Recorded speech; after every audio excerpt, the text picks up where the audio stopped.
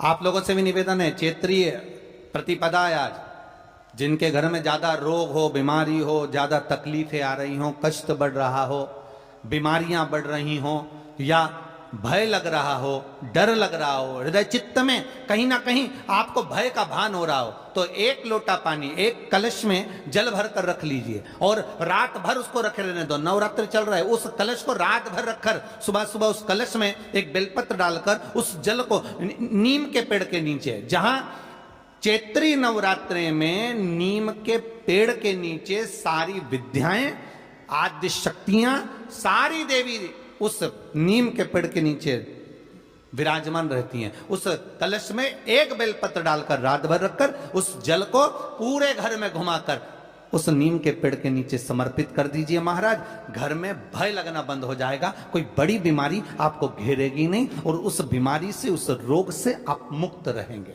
उस बीमारी से, उस रोग से आप मुक्त पाएंगे, वो बीमारी आपको घेर नहीं। कलश का भगवान निर्मित कर दे, ये कलश मेरा प्रतिबिंब। अब कलश मेरा प्रतिबिंब है ये तो कहा, पर भगवान शिव के पास में आकर स्वयं कामदेव की धर्म पत्नी रति रो पड़ी,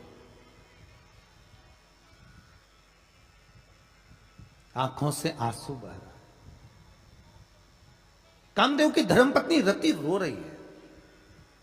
शिवजी अपनी साधना में लीन थे, भगवान शंकर नेत्र बंद करके शिव आनंद में विराजमान थे।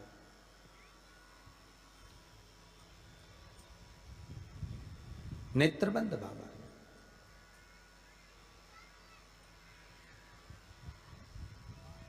थारी धुन लागी भोला, थारी धुन लागी, हर हर भोला शंभू तमारी धुन लागी। अब देखिए, कई लोग कहते हैं प्रश्न करने वाले पीछे नहीं हटते महाराज, बहुत प्रश्न करते हैं और प्रश्न कर कर पूछते हैं, गुरुजी ये कलश के ऊपर आम के पत्ते क्यों लगते हैं? उसका उत्तर है, ध्यान दीजिए। प्रश्न बहुत है तो उसके उत्तर भी बहुत है, बस उसको समझने वाला चाहिए। और आप लोगों को तो आज बहुत बहुत भगवान ने कृपा करी है, जो आप पहले दिन ही कलश स्थापना होती है और पहले दिन ही आपको ये ज्ञान हो जाए कि बच्चे पूछें कि कलश क्यों रखा जाता है, कलश के ऊपर आम के पत्ते क्यों लगाए जाते हैं, कलश के ऊपर नारियल क्यों रखा जाता है, कलश के ऊपर 9 बार मोली क्यों बांधी जाती है, मोली मतलब लच्छा नाड़ा 9 बार क्यों लपेटा जाता है नारियल के ऊपर, कलश के ऊपर जब रखते हैं।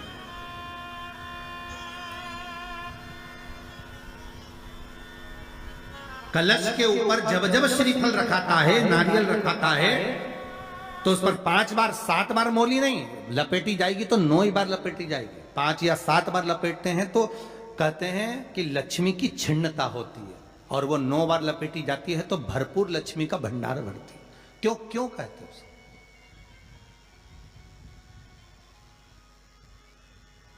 महाराज आम के पल्लव, तो मैं केवल आपसे इतना सा निवेदन करना चाहती हूँ, आपसे केवल इतना कहना चाहती हूँ कि प्रभु मेरे मन का संशय मिटा दीजिए, और जो आम का वृक्ष मेरे पति के साथ जलकर भस्म हुआ है उसकी विनती को आप स्वीकार कर लीजिए, आप उसके लिए भी कुछ कृपा कर दीजिए।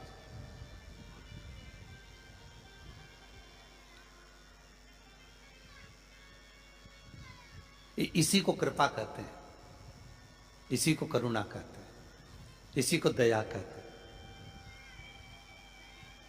भगवान बोले अब आप आई हो रति, ठीक है, मांगो क्या चाहिए, बस इतनी कृपा कर दीजिए कि आम के वृक्ष का भी उद्धार कर दो।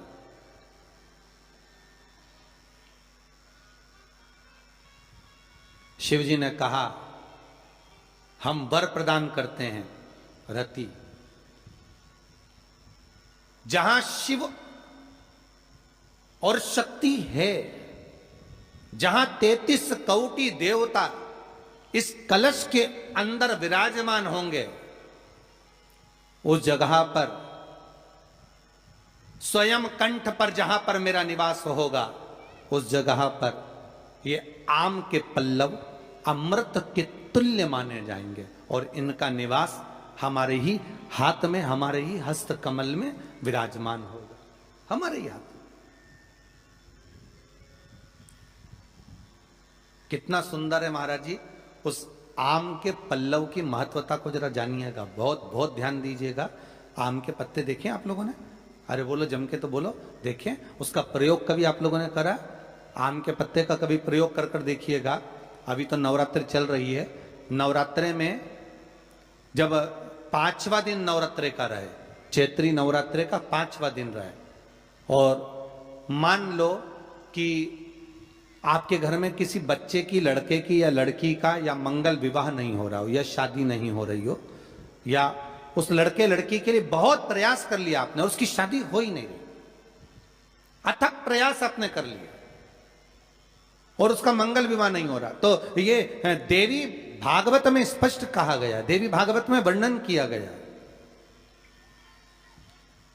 देवी भागवत में वर्णित किया गया। और देवी भागवत में कहा गया कि आम का जो पत्ते होते हैं, आम का जो पत्ता होता है, आम का जो पल्लव होता है, उस आम के पत्ते पर हल्दी और सिंदूर, इन दोनों से स्वस्तिक का निर्माण किया जाए। देवी भागवत का संवाद है, बहुत ध्यान देना महाराज। जिन कन्याओं का विवाह ना हो पंचमी के दिन, नवरात्रे की कोई सी भी पंचमी, मतलब जो पंचमी तिथि पड़ेगी, कोई भी नवरात्रा हो, चाहे वो 4 नवरात्रे में से, चाहे वो पौष का हो, अश्विन का हो, चैत्र का हो, आषाढ़ का हो, किसी भी नवरात्रि में आप कर सकते हैं। एक पान के पत्ते पर, एक ही पत्ते पर जो 2 स्वस्तिक बनेंगे, एक हल्दी का बनेगा, एक सिंदूर का बनेगा। बस अंतर इतना है, जो हल्दी का स्वस्तिक है उस पर कंकु के चावल अर्थात रौली के चावल, रोली कुंकू के चावल रखना है, और जो सिंदूर का है उस पे हल्दी के चावल रखना। इतना रखकर जिस लड़का लड़की का विवाह नहीं होता, उसकी हथेली पर रखकर उसका नाम और गोत्र बोलकर महाराज उसको ले जाकर नीम के पेड़ के नीचे उसको रख दिया जाता है। मात्र 3.5 या 4 महीने ऐसे रहते हैं जिसके अंदर उस लड़का लड़की का विवाह पक्का हो जाता है। जिसका विवाह नहीं होता केवल उसी के लिए, जिसका मंगल विवाह ना हो रहा, आम के पल्लव में शिव का वर प्रदान है, आम के पल्लव में शंकर का आशीर्वाद, आम के पल्लव में शिव का आशीर्वाद।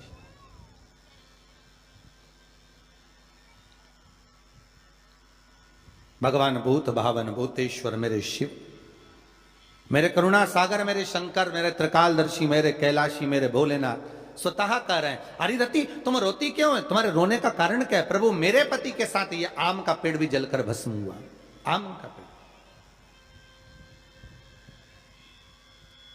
भागवत जी किस किसने सुनी है? हाथ उठाओ जरा, जिन जिन ने भागवत जी सुनी है। आप लोगों ने सुनी है भागवत? रखिए हाथ। अगर आप लोगों ने भागवत सुनी होगी तो उसमें वर्णन आता है, तक्षक नाग डसने के लिए जब जा रहा था, तब ब्राह्मण देवता जो जहर उतारना जानते थे, उनको लेकर राजा परीक्षित के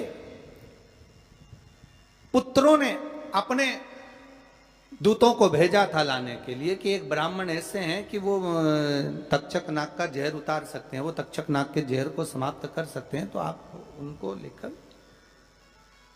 आओ।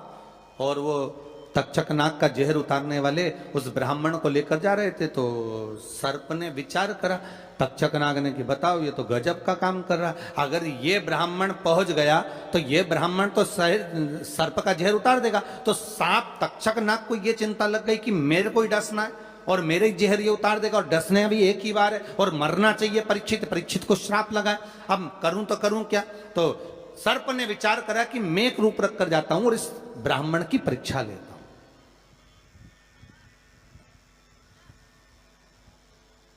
सर्प रूप रख कर गया।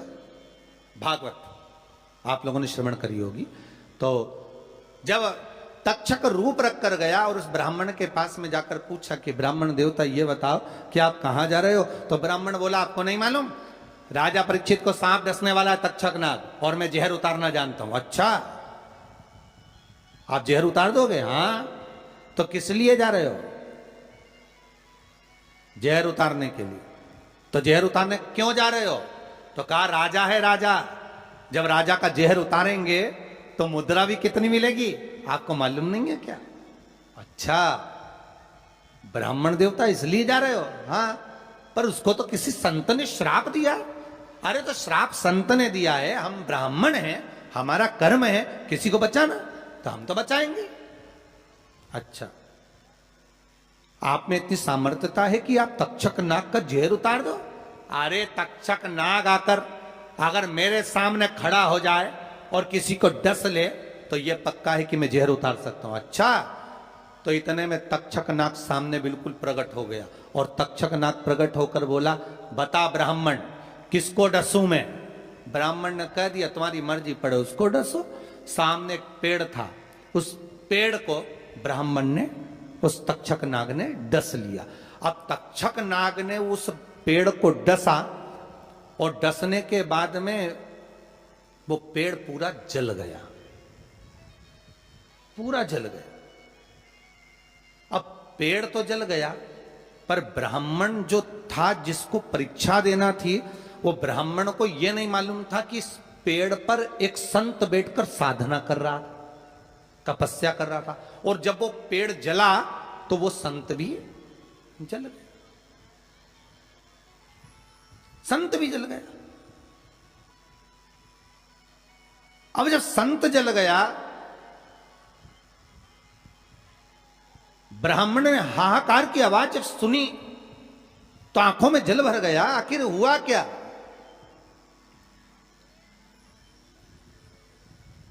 ये संत जल कैसे गया? तो कहा इसके जलने का कारण केवल इतना है कि अब आप जीवित करो, इस पेड़ को हरा भरा करो, इस पेड़ को हरा भरा कर दीजिए।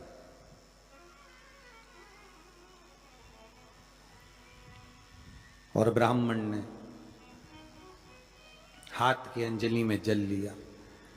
हाथ की अंजलि में जल लेकर ब्राह्मण उस जल को पेड़ के ऊपर छीट रहे थे, तो सबसे पहले ब्राह्मण ने यह मन में सोचा कि भोलेनाथ शंभु त्रिकालदर्शी है, कैलाशी, कृपा ऐसी करना कि सबसे पहले जो पेड़ पर जो संत बैठा था वो जीवित होना चाहिए।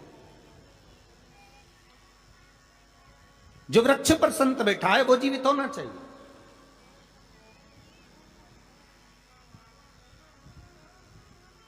हाथ का जल ब्राह्मण ने जैसे छोड़ा, छोड़ते से पेड़ भी हरा भरा हो गया और उसके ऊपर जो संत बैठे थे वो भी जीवित हो गए। जीवित हो गए तो तक्षक नाग को ये लगा कि इसने एक जले हुए पेड़ को जीवित कर दिया, वापिस हरा भरा कर दिया, और इसने ऊपर बैठे हुए संत को वापिस जीवित कर दिया। तो ये पक्का है कि मतलब ये तक्षक नाग का जहर, मतलब मेरा जहर राजा परीक्षित को उतार सकता है। तो तक्षक नाग ने अपनी बात को पलटा और पलट कर कहा, महाराज जी हाथ जोड़कर निवेदन करता हूं, जितना राजा परीक्षित के पुत्र आपको धन देंगे उससे 1000 गुना धन मैं आपको देता हूं। ब्राह्मण ने कहा ठीक है, अगर दक्षिणा से बड़ी दक्षिणा हमको एक ही जगह पर मिल रही है तो फिर हमें जाने की जरूरत क्या। ब्राह्मण ने दक्षिणा ली, वापिस मुड़ गया, वापिस मुड़ गया।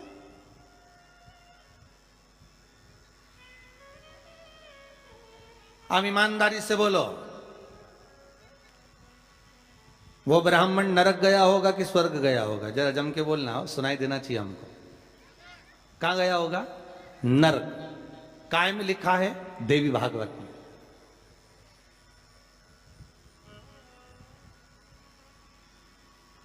उसका कारण क्या था? शिव महापुराण की कथा कहती है जैसे एक नाव चलाने वाला व्यक्ति नाव लेकर जा रहा है और उसमें बहुत सारे यात्री बैठे हैं, बहुत सारे यात्री, और नाव डोलने लगी, आंधी चलने लगी, तूफान चलने लगा, हवा आने लगी, लहरें उठने लगी और नाव डूबने लगी। तो जो नाव में बैठा हुआ, नाव चला रहा था, वो कूद गया और कूद कर बाहर निकल गया, और निकलकर सारे के सारे जितने नाव में बैठे थे वो सब जलने लगे।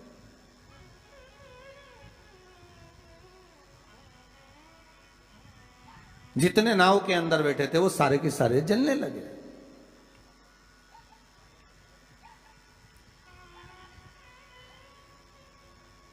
जब वो सारे के सारे पानी में डूबने लगे और पानी में नाव में जाकर सबकी सब जब डूब रहे हैं, सब मर गए, सारे के सारे जो नाव में बैठे थे, जो तैरना जानते थे वो बाहर निकल गए, बाकी के सब डूब गए।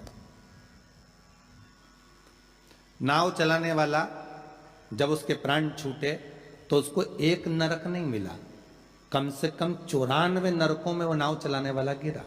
शिव महापुराण की कथा कहती। तो उस नाव चलाने वाले ने भगवान से पूछा कि मुझे इतने सारे नरक क्यों दे रहे हो? मैंने तो लोगों को गंगा से पार उतारा, मैंने तो रोज गंगा का जल पिया, मैंने तो रोज गंगा का स्मरण किया, मैं तो रोज भगवान का दर्शन करता था, मैं रोज गंगा से पार उतरता था, दुनिया के लोगों को मैं पार उतारने का काम करता था।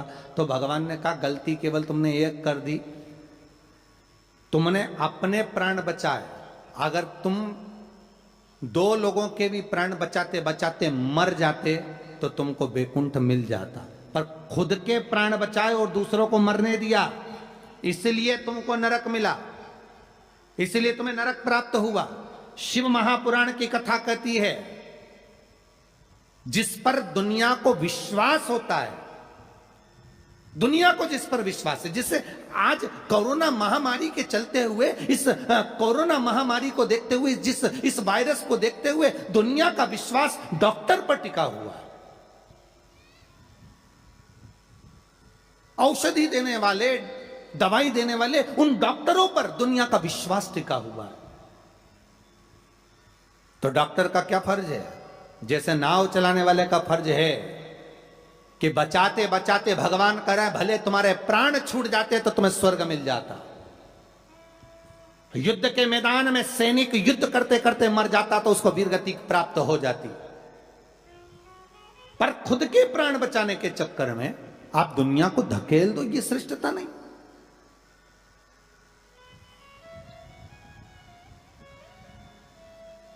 ये इसमें श्रेष्ठता नहीं। जब तक उस शरीर में प्राण है, जब तक उस शरीर में श्वास है, डॉक्टर भी अपनी जान झोंक दे कि कैसे भी मुझे इसको बचाना है, चाहे कुछ भी हो जाए इसके प्राण बचना चाहिए। फिर धन मूल नहीं है, फिर संपदा मूल नहीं, फिर सत्ता मूल नहीं है।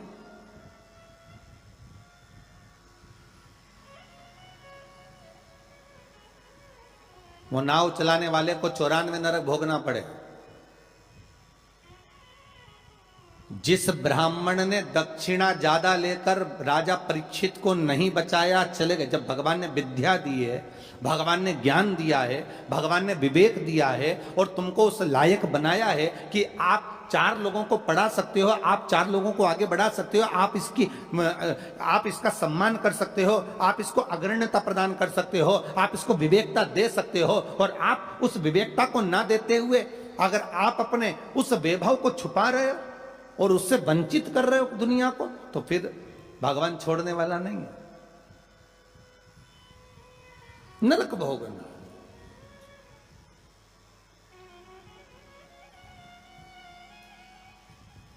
पर पांडेतारा वालों, आप लोगों ने बिल्कुल सही उत्तर दिया कि उसने दक्षिणा ज्यादा ले ली और वापस निकल गया तो अपने मुख से कह दिया कि वो नरक गया। कितनी, इसी को कहते गंगा तट के श्रोता। गंगा तट के जो श्रोता होते हैं ना, बड़े आनंदमय होते। कथा जो सुनते हैं ना, उसका भाव एक आनंदित होता है कि वो अपना लक्ष्य छोड़कर, अगर चाहता तो राजा परीक्षित को बचा सकता था, पर थोड़ी सी संपदा के चक्कर में, थोड़े से धन के चक्कर में वो ब्राह्मण भी थोड़ा सा लोभ आया और लोभ के चक्कर में अपने कर्म से वंचित हो गया। तो वो चरित्र कहां गलत है महाराज जी? एक महाराज जी प्रवचन दे रहे थे, उस प्रवचन में एक गांव का व्यक्ति कथा सुनने बैठा था और खड़े होकर पूछ लिया, महाराज जी पाप के बाप का नाम क्या है? महाराज जी ने पूछा, क्या पूछ रहे हो, फिर से बोलो। तो वो व्यक्ति बोला, महाराज जी हमें दशरथ जी के पिताजी का नाम मालूम है, हमें राम जी के पिताजी का नाम मालूम है, हमें कृष्ण जी के पिताजी का नाम मालूम है, हमें सबके बाप का नाम मालूम है, बस पाप के बाप का नाम नहीं मालूम। तुम हमें उत्तर दे दो। तो महाराज जी भी मन में सोचे, पाप का बाप। महाराज जी मन में सोचे, हमने पूरी पुराण पढ़ी पर ये पाप का बाप तो हमें कहीं नहीं मिला, सारे शास्त्र भी उखाड़ कर देख लिए, पर उसमें पाप का बाप मिलना बड़ा कठिन। अब पाप का बाप कहाँ से ढूंढे? तो महाराज जी ने कहा एक काम करते हैं, कल हम आपको बताएंगे, आप कल कथा में आना। और महाराज जी फिर प्रवचन देने बैठे और वो व्यक्ति फिर आके बैठ गया। अब जैसी कथा समापन हुई महाराज जी को फिर खड़ा हो गया, महाराज सीताराम। महाराज जी बोले सीताराम। और बोलो पाप का बाप। महाराज जी बोले बहुत अच्छा, पाप का बाप पीछे पड़ा। महाराज जी बोले कल बिल्कुल पक्का है कि तुमको तुम्हारे प्रश्न का उत्तर मिल जाएगा। अब महाराज जी ने आज भगवान को 2 अगरबत्ती लगाई कि वो नहीं आना चाहिए प्रभु, क्योंकि वो फिर आएगा, फिर प्रश्न करेगा पाप का बाप। अच्छा वो प्रश्न नहीं भी करता ना तो उसका मुंह देखकर याद आ जाता है कि प्रश्न करेगा पक्का। तो पंडित जी जब निकले ना प्रवचन के लिए तो उन्होंने भगवान को 2 अगरबत्ती लगा, भगवान ये नहीं आना चाहिए। और पंडित जी जैसे ही बस कथा में आ रहे थे, प्रवचन देने आ रहे थे, वो रोड पे ही मिल गया पाप का बाप। अब पंडित जी मन में सोचे प्रवचन दूं कि ना दूं, बड़ा टेंशन ही। अब प्रवचन दे कि ना दे यही सोचे। अब महाराज जी फिर कथा में बैठे, उसने फिर प्रश्न कर दिया महाराज कि पाप के बाप का नाम बता दीजिए। महाराज जी फिर नहीं बोले। अब नहीं बोले तो शिव महापुराण की कथा कहती है महाराज वहीं पर एक वैश्या बैठी थी कथा में, रोज कथा सुनने आती थी। उसका मन, उसका चित्त, उसकी वृत्ति कथा में बड़ी रमती।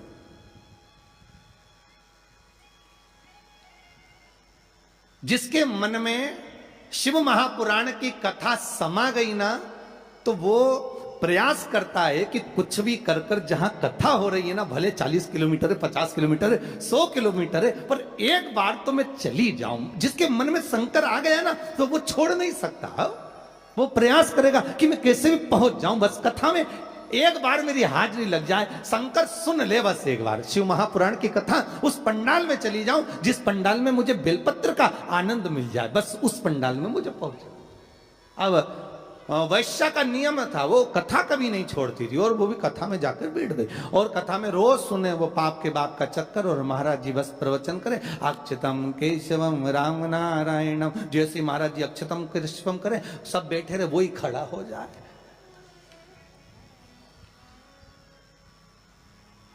अब महाराज जी भी मन में सोचे अब क्या करें, तो महाराज जी डबल से कह दें अक्षतम केशवम राम नारायणम कृष्ण दामोदर वासुदेवम हरे। तो महाराज जी हाथ हिलाएं कि अभी भी पाप का बाप नहीं मिला, पर वो तो वो खड़ा।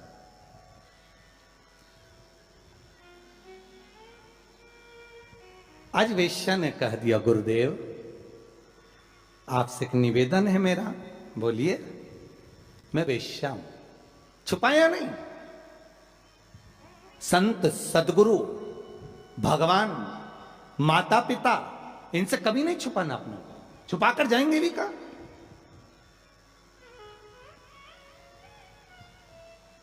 अगर माता पिता से कुछ छुपा लेंगे, संतों से, सदगुरु से अगर छुपा लेंगे तो जाएंगे कहां भगवान से छुपाकर?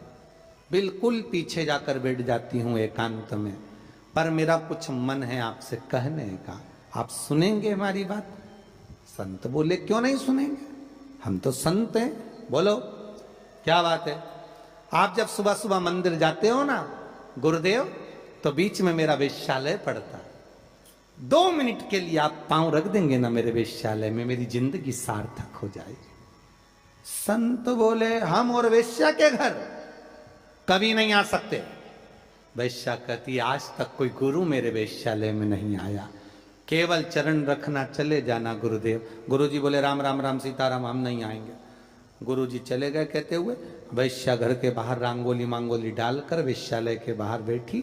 संत का आगमन हुआ, वहीं से वैश्या दौड़ कर गई, गुरुदेव ये मेरा वेश्यालय है, पांव रख दीजिए। महाराज वैश्या के भवन में चले गए। वैश्या ने कहा महाराज जी बैठिए। नहीं नहीं, इतना समय कहाँ है बैठने का, तुमने कहा था बस पांव रख देना। महाराज जी बैठ जाइए, आपके हाथ जोड़ती हूँ, 5 मिनट बैठ जाओ। महाराज जी वैश्या कह रही है महाराज, रोज एक गांव का व्यक्ति आपसे प्रश्न करता था कि पाप के बाप का नाम बताओ। मैं उत्तर दे रही हूं कि पाप के बाप का नाम लोभ है। तो वो वो जो ब्राह्मण था उसने एक गलती कर दी। परीक्षित को अगर बचाता भले 5 मुद्रा मिलती, पर मिलती ना, मिलती मुद्रा। पर उस ब्राह्मण ने एक गलती कर दी कि वो परीक्षित को बचाने की जगह ज्यादा मुद्रा लेकर वापिस मुड़ गया। वापिस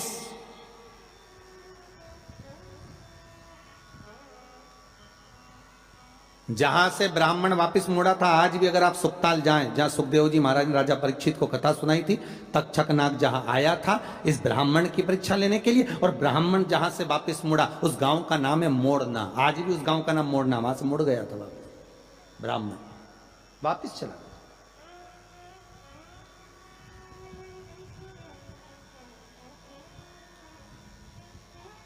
जरा सा लोग बस वहां भरमा दिया।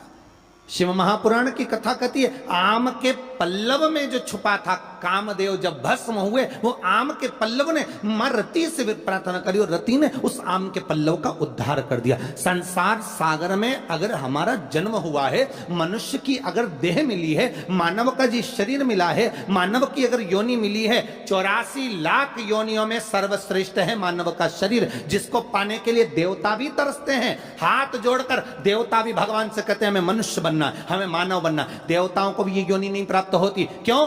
क्योंकि बैकुंठ का भोग केवल भोग है, केवल भोग। अगर मरने के बाद बैकुंठ चले भी जाओगे तो वहां चांदी की थाली में, सोने की थाली में भोजन मिलेगा, डनलप का गद्दा मिलेगा, एसी का रूम मिलेगा, बढ़िया खाने के लिए सब कुछ मिलेगा, आराम से फ्रिज, कूलर, वॉशिंग मशीन सब मिलेगा। एसी में आप आराम से सो, डनलप के गद्दे पर सो। पर बैकुंठ में केवल भोग भोगने की वस्तुएं मिलेंगी। पर बैकुंठ में भगवान का भजन मिलेगा क्या?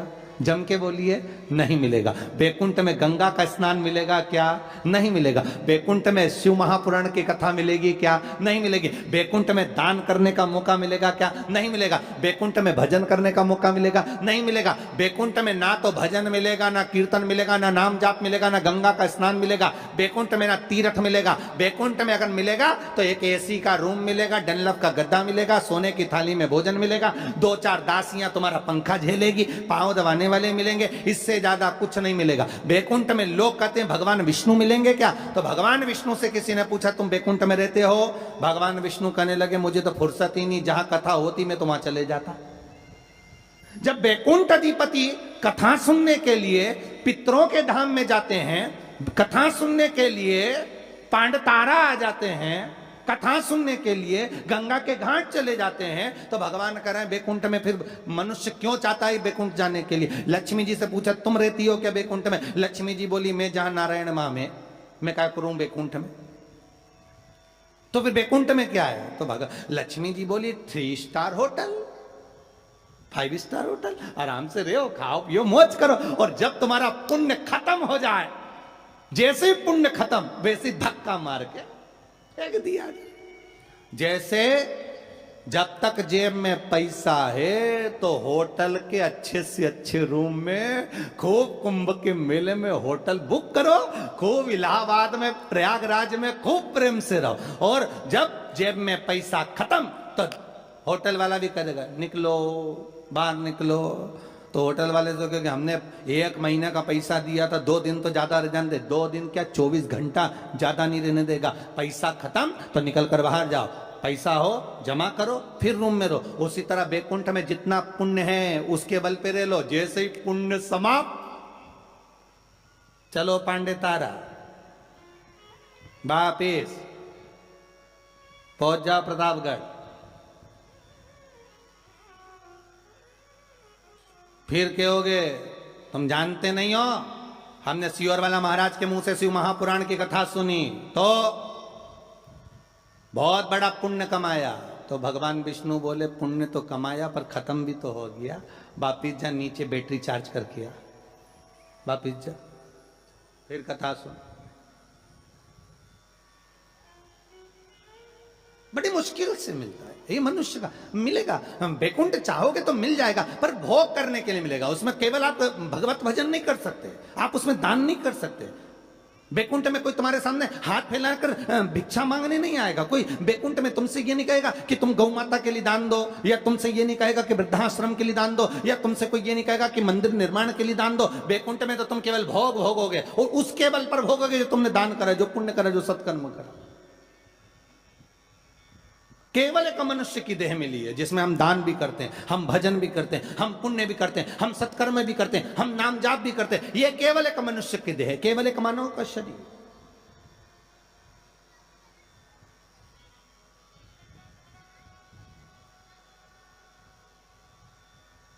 इसके सिवाय कहीं सुख नहीं। 84 लाख योनियों में श्रेष्ठ योनि मानव की, और उसको हम गंवा दे महाराज तो वो बेकार। आम के पल्लव के लिए रति आकर कहती है। संसार वासियों से हमारा यही निवेदन है कि आप किसी के लिए कुछ नहीं कर सकते तो कम से कम फोन लगाकर इतना तो कह सकते हो, कथा आ रही है, टीवी चैनल पर चल रही है, 4 बजे से 7 बजे तक चल रही है, जरूर सुनना। कोरोना महामारी चल रही है, कम से कम कथा सुनकर इस हृदय को विल पावर मजबूत होगा। कथा सुनकर अपने को एनर्जी प्राप्त होगी। कथा सुनकर हम आद्य शक्ति जगदम्बा का आराधना कर सकते हैं। कथा को सुनकर ये नवरात्रे में शंकर की कथा का अनुमोदन कर कर इस कोरोना महामारी से हम लड़ सकते हैं, इसको भगा सकते हैं, क्योंकि अपने भीतर का पावर प्रबल होना चाहिए। आधे से ज्यादा लोग हॉस्पिटल में इसलिए मर रहे हैं क्योंकि उनको भय लग रहा है, कोरोना लग गया, कोरोना लग गया। बेचारा अच्छा भी हो गया तो भी मर जाएगा। किसी ने पूछा, गुरुजी पिछले साल तो आया था यह कोरोना, अब की बार फिर आ गया। हमने कहा जन्मदिन मनाने आया है। अब पार्टी कितनी बड़ी करता है ये तो उसके ऊपर है, और पार्टी में कितनों को निमंत्रण देता है ये वही जान सकता है। और जो जो उसकी पार्टी में गया वो निपट गया। इसलिए निवेदन है, अभी जन्मदिन पार्टी में बिल्कुल मत जाना कोरोना की, अर्थात सोशल डिस्टेंसिंग बनाकर रखो। और आपसे भी निवेदन है, जितने लोग कथा में सुनने आ रहे हो ना, कम से कम दूरी बनाकर रखना, या फिर एक लकड़ी लेके चलो इतनी बड़ी सटैया, नपती करो यहां से यहां से यहां से यहां से, जो पास में बैठा मिले बिल्कुल। अरे कितना बड़ा जगह दिया है? कितनी बड़ी जगह है, आराम से तुम लोग तो बढ़िया चकाचक, तुम्हारी मर्जी पड़े तो एक एक पलंग भी लिया, तुम तो नहीं सोई, तुम कथा सुनो। इतनी बड़ी जगह, ओ उसमें भी इतनी बड़ी जगह होने के बाद कई माताओं की आदत रहती पर बैठे की नहीं खसक के लाए, यहीं बैठ जा, अरे बैठ जा।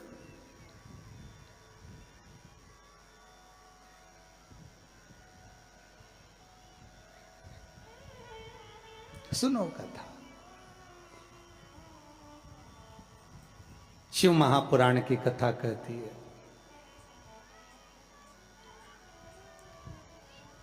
उस कलश पर आम के पल्लव शिव का वर है। किसका वर है ये? शंकर का।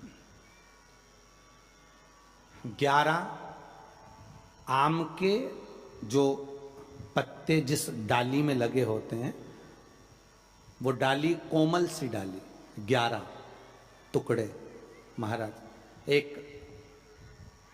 कच्चे सूत से लपेटकर 11 बार, उसका भाग जब उसको लपेट लोगे इस तरह से इकट्ठा करके, आगे का जो भाग है 11 बार कच्चा सूत लपेटने के बाद जो भाग पीछे का आगे का कोई भी हो, उसको शहद में डुबाकर शिव जी को समर्पित कर दो। किस जगह पर रखना है? अशोक सुंदरी वाली जगह। अशोक सुंदरी की जगह जानते हो आप लोग, पहले भी आपको बताया है, आज फिर आपको वर्णन कर दूं। जैसे ये गोल जलाधारी है, ये शिवलिंग रखा है, ये 2 जहां से पानी बह रहा है बाबा के चरणारविंद, राइट में श्री गणेश जी का स्थान, लेफ्ट में कार्तिकेय का स्थान, बीच में अशोक सुंदरी की जगह। शंकर भगवान की 6 लड़कियां हैं। भगवान शंकर के 13 बच्चे, 13 बच्चों में से 6 लड़कियां, उस 6 लड़कियों में से एक लड़की का स्थान, भगवान शंकर की एक बेटी का स्थान, अशोक सुंदरी का स्थान सामने। पद्म पुराण में स्पष्ट किया ये स्थान अशोक सुंदरी का। शंकर भगवान की जलाधारी में पार्वती जी का हस्त कमल, ऊपर से जो एक एक बूंद पानी गिरता है, ये शंकर भगवान की 5 लड़कियों का स्थान है। जया, विषहरा, सामरी बारी, दौतली और देव। शंकर भगवान की 5 लड़कियां भगवान शंकर के मस्तक पे जल की धार गिरा रही हैं। बीच में जो अशोक सुंदरी का स्थान है महाराज, उस जगह पर शहद का मुख, जो शहद आपने भिंगोया है, उस शहद का मुख शंकर जी की ओर कर कर इसी चैत्र के महीने में, इन्हीं नवरात्रि में शंकर भगवान के उस अशोक सुंदरी की जगह पर शहद का भाग शिव जी की ओर रख दें। महाराज, अगर घर में संपदा की कमी हो या कोई पैसा खा गया हो, रुपया नहीं दे रहा हो, पैसा अटक गया हो, तो उस शहद को शिव जी की ओर मुख कर कर उस आम के पल्लव की जो डंडी है उसको 11 डंडी को वहां रख दीजिए और उससे अपनी कामना कर कर आ जाइए। हो सके उस शहद में से थोड़ा सा शहद किसी रुमाल पर, किसी कपड़े में लगाकर उसको रख लीजिए। जिस व्यक्ति से पैसे लेना है, जिस व्यक्ति से पैसे मांग रहे हो, उससे एक बार जाकर मिल लीजिए, एक बार उसको खबर कर दीजिए। बाबा चाहेगा भोलेनाथ तो नवरात्रि में ही पैसा वापिस आ जाएगा, अगर शिव कृपा कर दे। ये बाबा की करुणा। आम का पल्लव कोई साधारण नहीं जिसको कलश के ऊपर रखा जाता है, शिव की कृपा। जिस आम के पेड़ पर स्वयं कामदेव चढ़कर भगवान शंकर के तीसरे नेत्र द्वारा जलकर भस्म हो जाते हैं, वो आम का पेड़ साधारण नहीं हो सकता।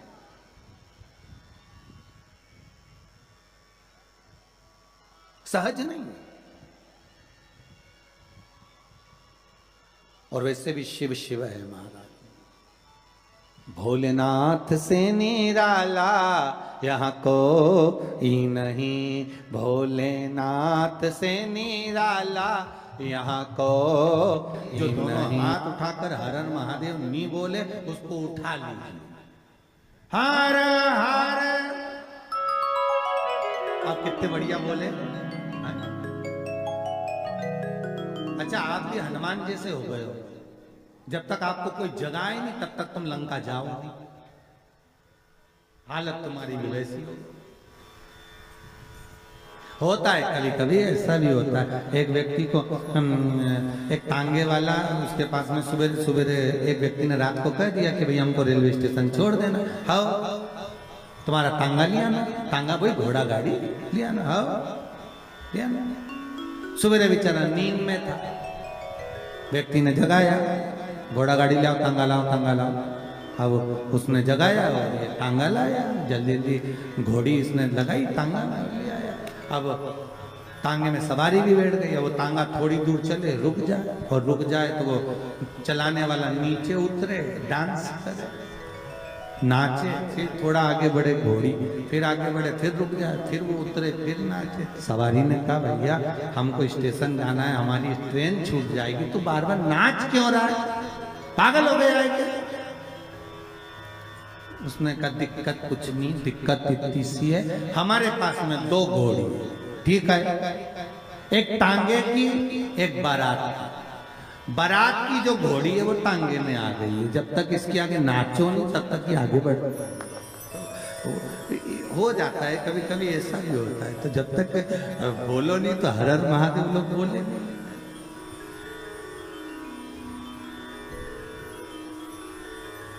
अब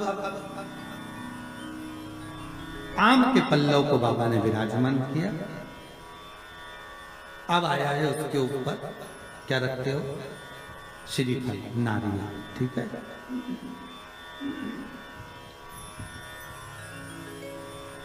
नारियल कौन, अब उसका भी प्रसंग शिव महापुराण में, स्कंद पुराण में बड़ा सुंदर है, ठीक है। भगवान शंकर और पार्वती विराजमान है कैलाश पर्वत पर।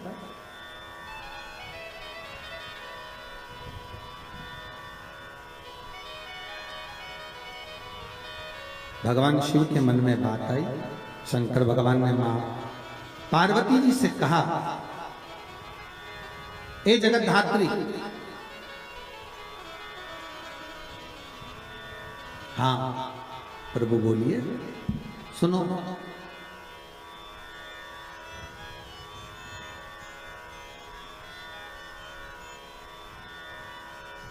पार्वती जी का एक नाम है हेमलता। क्या नाम है? हेमलता। कई लोगों ने पूछा कि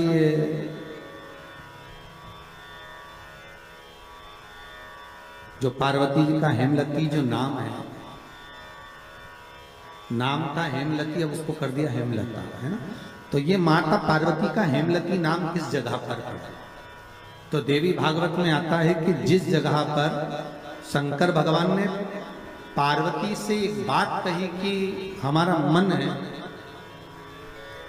कि हम दोनों बालकों की परीक्षा लें, और पार्वती जी ने जब भगवान शिव से कहा कि बच्चों की परीक्षा क्यों लें, संतान अपनी है और इनकी परीक्षा हम क्यों लें, किस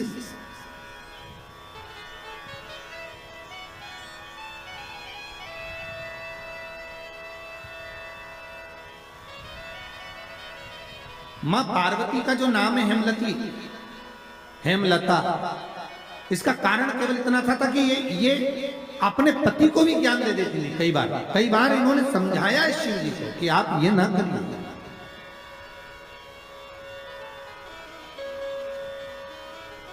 आप मत करो परीक्षा, मत करो। पर शिव तो शिव थे, बुला लिया कार्तिकेय को, गणेश जी को बुलाकर कहा, बुलाकर बोले जो पृथ्वी की परिक्रमा पहले कर आए वो प्रथम गिनती में पूजा जाएगा, प्रथम भाग उसको पूज्य करते हैं, ठीक है, जाओ परिक्रमा कर आओ। अब गणेश जी महाराज बैठ गए चूहे पर, कार्तिकेय बैठ गए मोर पर। अब कार्तिकेय घर के बड़े थे, उनको ये बात भान में थी, उनको ये बात का ज्ञान था। तो कार्तिकेय जी ने कहा अगर माता पिता का कहना नहीं मानेंगे तो अच्छा नहीं लगेगा। तो कार्तिकेय जी तुरंत मोर पर चढ़कर और परिक्रमा करने निकल गए। अब गणेश जी तो चूहे को बुलाए, फिर चूहा भग गया, फिर पकड़ के लाए, फिर चूहा भग गया।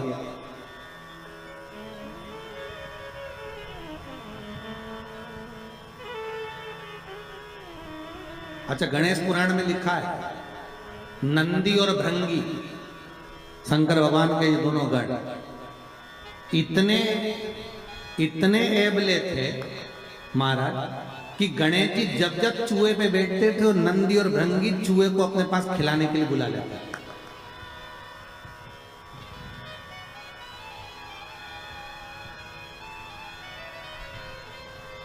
इनकी आदत थी दोनों की। अब जैसे ही परिक्रमा की बारी आई तो गणेश जी को, जैसे ही गणेश जी चूहे को बुलाए और नंदी भृंगी चूहे के सामने थोड़ा सा सामान डाल, चूहा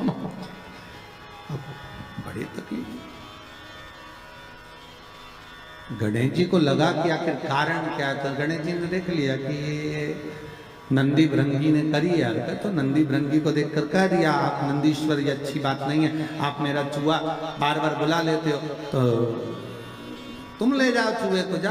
अब उन्होंने चूहे पर बैठ गए, बैठकर जैसे चले शंकर जी के पास में, तो शिव जी को प्रणाम कर कर कहा पिताजी परिक्रमा करने जा रहा हूं। शंकर बोले जा। अब इनको क्या मालूम था कि यहीं लगा लेगा।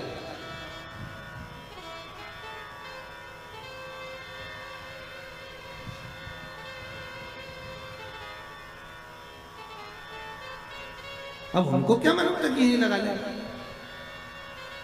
होता है जैसे कि किसी एक दुबले पतले व्यक्ति को कहीं मालूम पड़े सेना में सम्मिलित कर दिया, उसको बहुत दुबला पतला,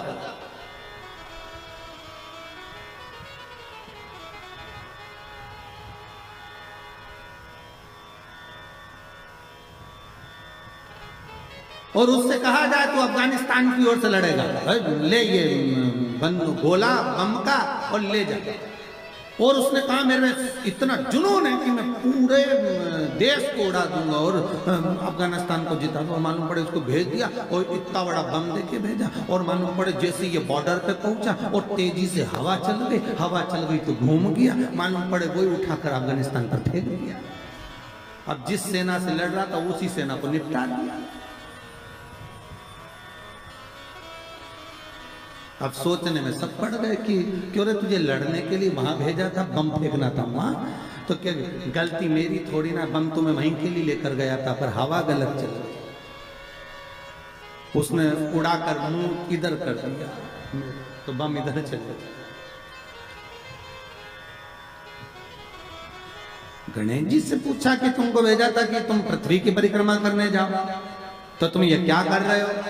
गणेश जी बोले पिताजी शांत रहिए और परिक्रमा लगाने दीजिए। और परिक्रमा लगाई गणेश जी महाराज ने, एक नहीं 3, और 3 परिक्रमा लगा के सामने खड़े हो गए। पिताजी वर दीजिए। पिताजी ने पूछा काय का वर? पृथ्वी की परिक्रमा करके आया। शंकर भगवान बोले बता मेरे आजू बाजू घूम लिया और क्या पृथ्वी की परिक्रमा कर लिया।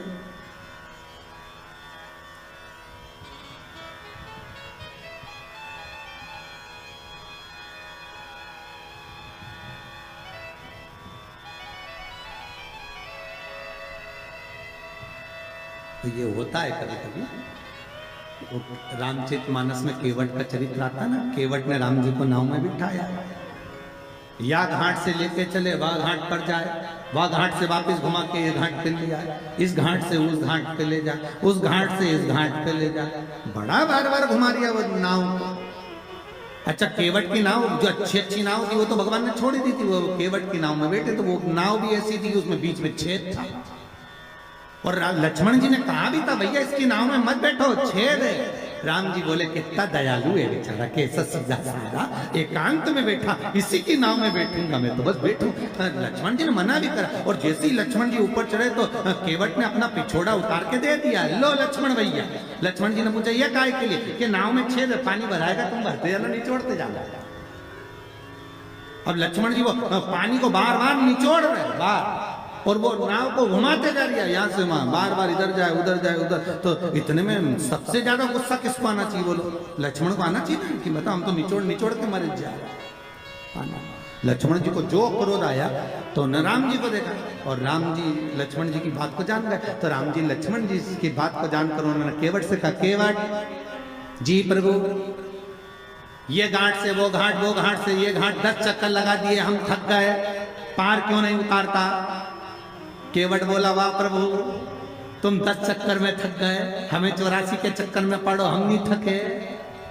राम जी बोले बहुत बेकार है, इससे मुंह मिलाना ही बेकार। राम जी नीचे बैठ गए। राम जी ने लक्ष्मण को इशारे में बोला तू बोल, और लक्ष्मण जी उठ के खड़े हो और धनुष को बाण लेकर रुक जाता, अभी तेरे प्राणों को हरता हूं, अभी प्राणों को हरता हूं तेरे।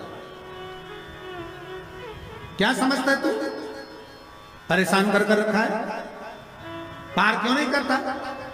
इतने में केवट बोले ए भैया लक्ष्मण क्रोध तो दिखाना मत, और ये समझना मत कि हम तुम्हें पहचानते नहीं है, तुम पूर्व में शेषना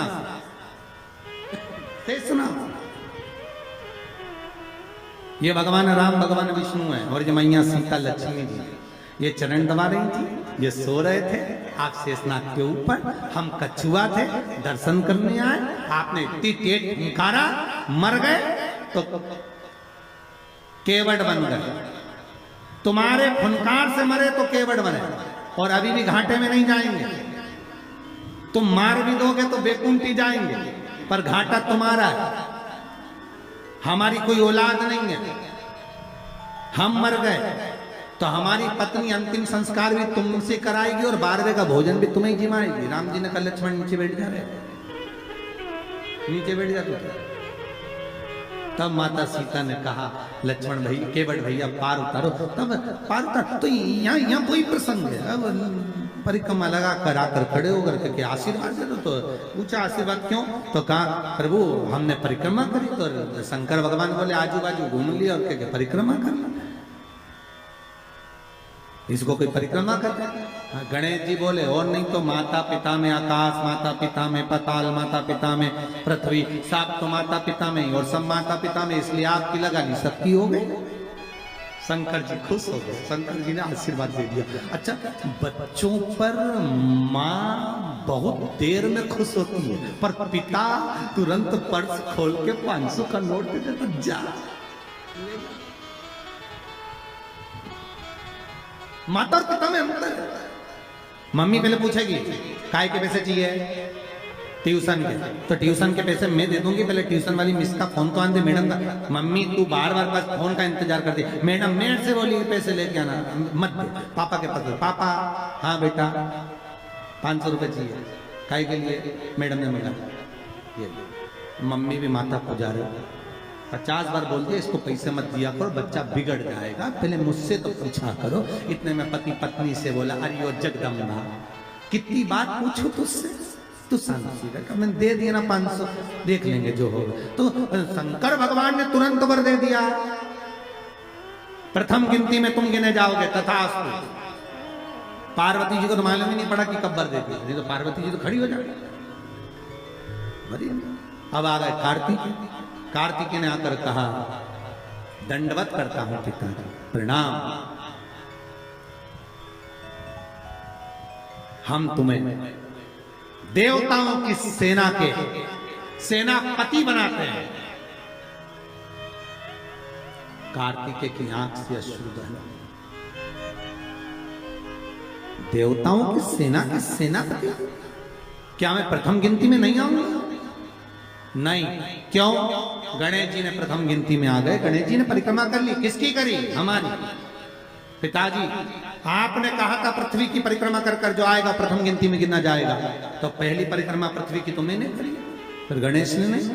पार्वती जी उड़ गई, क्या बात है कार्तिकेय? कार्तिकेय ने कहा मां पिताजी ने गलत निर्णय दे दिया। क्या गलत निर्णय दिया? गणेश जी को प्रथम गिनती में दे दिया और मैं परिक्रमा कर कर आया। सारी बात मालूम पड़ गई कि गणेश जी ने चूहे पर बैठकर शंकर पार्वती की परिक्रमा करी, ये हुआ वो हुआ, सब मालूम पड़ गया। पार्वती मैया की आंख में से आंसू बहने लगा। पार्वती उठकर खड़ी होकर शंकर भगवान से बोली, प्रभु बहुत भोले हो आप, इसलिए आपका नाम भोला शंकर है, बहुत भोले। एक बेटे को भेज दिया पृथ्वी की परिक्रमा करने, और दूसरे बेटे ने आपकी परिक्रमा करी और आपने उसे वर प्रदान कर दिया। इतने भोले।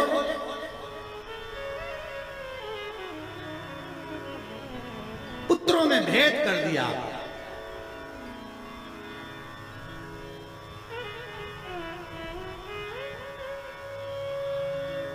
पिता भले कह देता है, बाप कह देता है मेरा बड़ा बेटा थोड़ा समझदार है, मेरा छोटा बेटा ऐसा है, मेरा मंझला बेटा ऐसा है, पिता कह देगा। पर मां हमेशा कह देगी नहीं नहीं, मैंने बराबर का दूध पिलाया है, मेरे 4 बेटे 5 बेटे 6 बेटे 7 बेटे 3 बेटे 2 बेटे मेरे सब बराबर। ये माता का शब्द है। मां कभी अपने बच्चों में भेद नहीं।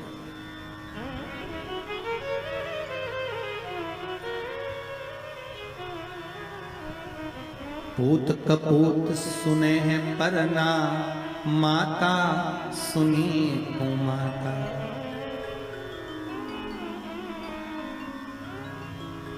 मां कभी कुमाता नहीं सुनी। पूत कपूत हो सकता है पर मां मां है। जगत जननी मां पार्वती खड़ी हो गई और इस कथा से बहुत सीखने को मिलता है। सर शिव महापुराण का ये चरित्र बहुत सिखाने का लिए है कि माता पिता की दृष्टि में कभी बच्चों के प्रति भेद न करना। कभी मत कहना, माँ से निवेदन है कि मेरा बड़ा बेटा अच्छा कि छोटा अच्छा, मंजला अच्छा कि संजला अच्छा, कभी मत कहना। क्यों? क्योंकि गेंद कभी भी किसी भी पाले में जा सकती है और किसी भी बहू से पाला पड़ सकता है। आप कभी मत करो, आपके 4-5 बच्चे हैं, आप हमेशा अच्छा बोलो मेरे बच्चे सब बढ़िया, बड़ा बेटा बहुत बढ़िया, बड़ी बहू बहुत बढ़िया, छोटी बहू बहुत बढ़िया, उससे छोटी बहुत बढ़िया, उससे छोटी बहुत बढ़िया। क्यों? अपने को करना क्या, जिस बहू के यहाँ जाओ रबड़ी खाओ वापिस आ जाओ। अपन बुरा भला कर करना।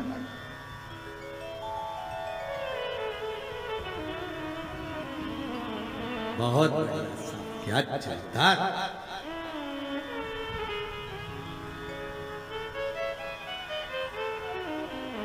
बहुत जोरदार सा, बहुत।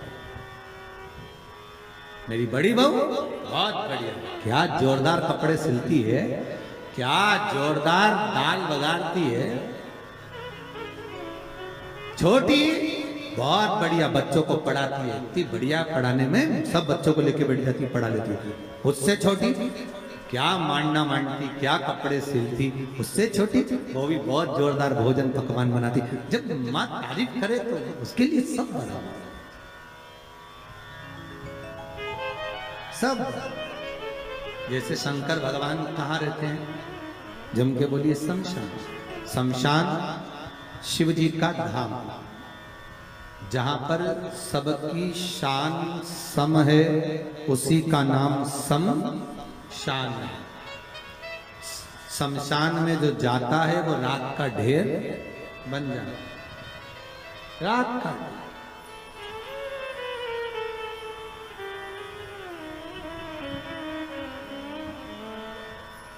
अच्छे से अच्छा पैसे वाला भी मां पहचान में नहीं आता कि ये करोड़पति है। लकड़ी की जगह नोट थोड़ी ना लगाएगा।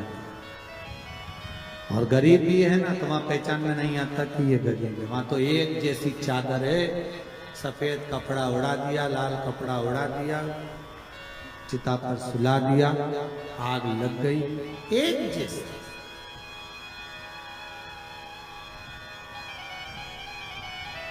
कपड़े में भले चमक ना हो, पर चेहरे की चमक बता देती है कि ये कौन है। फिर वही बात कहूंगा, क्रीम की चमक 15 दिन, 20 दिन, 1 महीने रहेगी, पर अच्छे कर्म की चमक जीवन पर्यंत रहेगी। आपका कर्म हमेशा चमकता रहेगा। आप अच्छे कर्म करते रहिए, दान पुण्य सत्कर्म भजन कीर्तन स्मरण, ये श्वास चली ना चली, अंतिम श्वास कौन सी है किसको मालूम? 21,600 श्वास में से आखिरी श्वास कौन सी है किसी को नहीं मालूम। अंतिम श्वास कौन सी है ये किसी को मालूम। थोड़ा रिटर्न बढ़ाइए भाई। अंतिम सांस कौन सी है ये किसको मालूम है?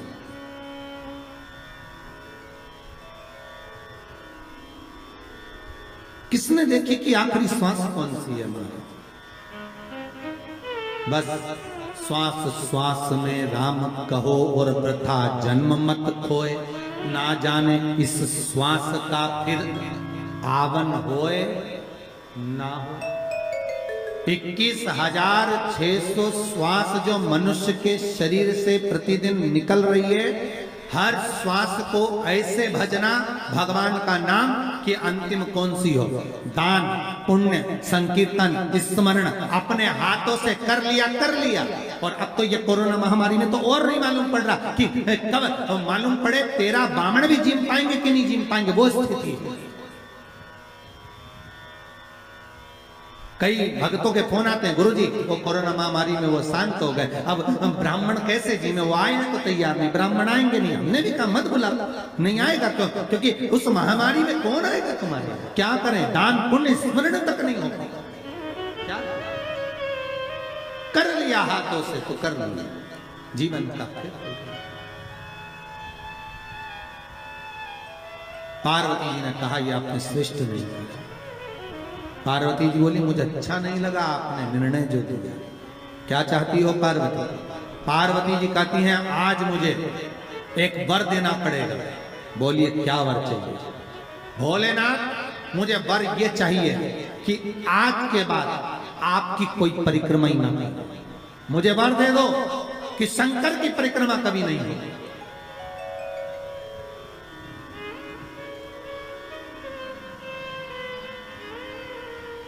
शिव की परिक्रमा का विधान नहीं होगा। शंकर भगवान ने पार्वती को तथास्तु कह दिया। आज के बाद शंकर के मंदिर में शिवलिंग की कोई परिक्रमा नहीं करेगा। कभी आपने करते हुए देखा किसी को? नहीं। शंकर की परिक्रमा होगी तो आधी यहां से चालू होगी, वहां तक जाओगे फिर वापिस आएगा। यहां तक शिव महापुराण की कथा कहती है कि शंकर की आरती के बाद जो परिक्रमा भी होती है ना, वो भी पूरी नहीं करना चाहिए, आदि कर वापस हो जाना चाहिए। शिव की आरती के बाद कई लोग शंकर जी की आरती उतारने के बाद जब परिक्रमा करते हैं ना, आरती की थाली लेकर चारों तरफ घूमते हैं, उसको भी आधा घूमो और आधे में वापिस। शिव परिक्रमा का वर दीजिए। आप वर प्रदान करो, हमें वर दे दो। पार्वती मैं तुझे वर देता हूं कि शिव की परिक्रमा आप कोई नहीं करे, और अगर शंकर की परिक्रमा कोई भूल से भी करेगा तो उसको दोष लगेगा, उसका पुण्य छिन्न होगा। इसलिए शंकर की परिक्रमा लोग नहीं करते, क्योंकि उनने जो दान करा, पुण्य करा, सत्कर्म करा, भजन करा, कीर्तन करा, उसका पुण्य धीरे धीरे धीरे धीरे समाप्त होते चले जाता, उस पुण्य की क्षीणता होती है।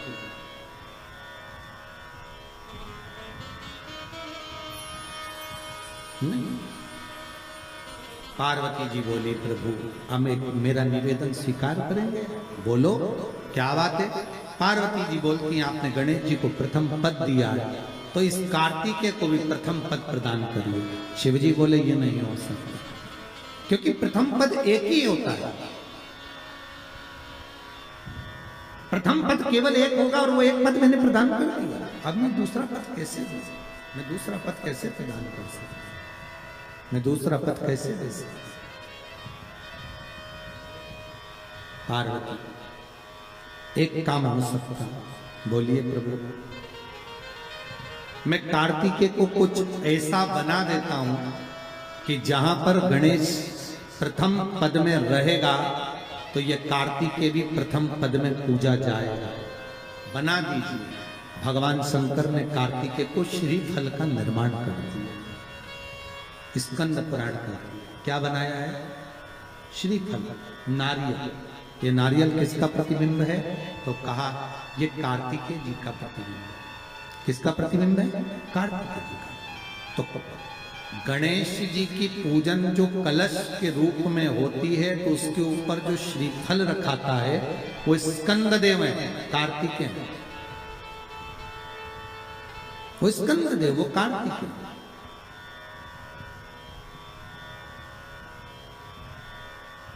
जो रखाया गया फल है वो कार्तिकेय का प्रतिबिंब है।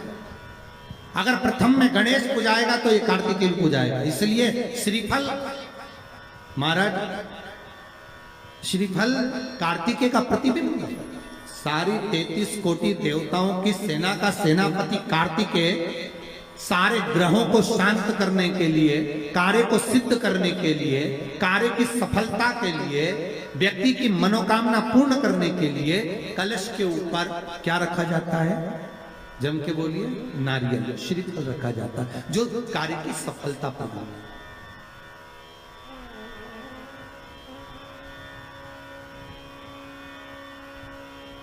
सबसे पहली नवरात्रि का व्रत किसने किया, उत्तर दीजिए। सबसे पहला नवरात्रि का व्रत, नवरात्रि की उपासना सबसे पहले किसने करी थी, भगवान राम ने। अश्विन के नवरात्रि में भगवान राम ने 9 दिन तक कलश की स्थापना कर लंकाधिपति रावण को मारने के लिए मां जगत जननी की आराधना करी। भगवान राम ने मां जगत जननी की आराधना, मां जगदम्बा की आराधना।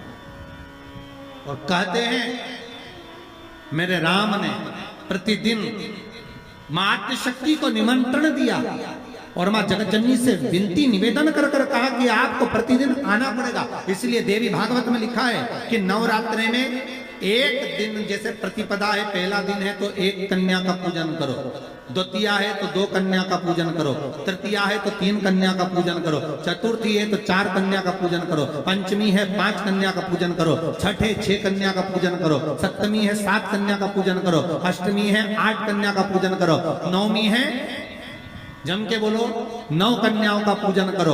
और अगर इस तरह से आप पूजन नहीं कर सकते नवरात्रि में, तो 9 कन्याओं का पूजन एक साथ या तो अष्टमी के दिन या नवमी के दिन कर दो, या मध्य में, बीच में भी आप कर सकते हो एक साथ। पर अगर आपकी कोई कामना है, आपकी कोई इच्छा है, मालूम पड़े, जैसे कई लोग कहते हैं कि हमारी इच्छा है, हमारी वो मकान नहीं बिक रहा, या हमारी वो जमीन नहीं खरीदी जा रही, या हमारी कोई कंपनी नहीं डल रही, या हमारे काम में ये अड़चन आ रही है, तो नवरात्रे में 4 नवरात्रे में से किसी भी नवरात्रे में आप नियम बना लो कि एक कलश की स्थापना कर कर एक दिन में एक कन्या का पूजन कर कर उसको भोजन कराना, लाल वस्त्र देना, लाल चुनरी देना, दूसरे दिन में दो कन्याओं का पूजन कर कर लाल वस्त्र ओढ़ाना, लाल चुनरी देना, तीसरे दिन में 3, चौथे दिन में 4, पांचवें दिन में 5, ऐसे 7-9 दिन तक एक एक कन्याओं के क्रम को बढ़ाते बढ़ाते बढ़ाते बढ़ाते आप उस पूजन का विधान प्रबल कर सकते।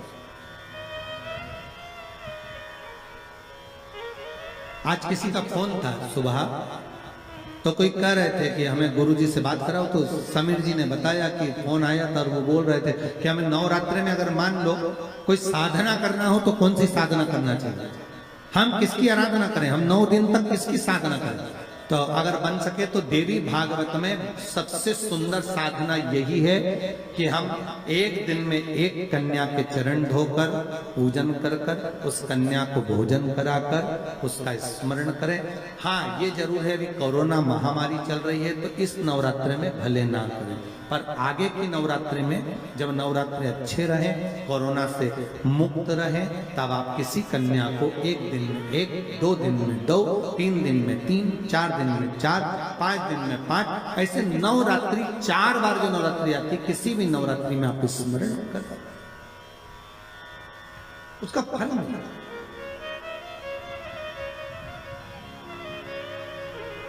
उसका फल बहुत।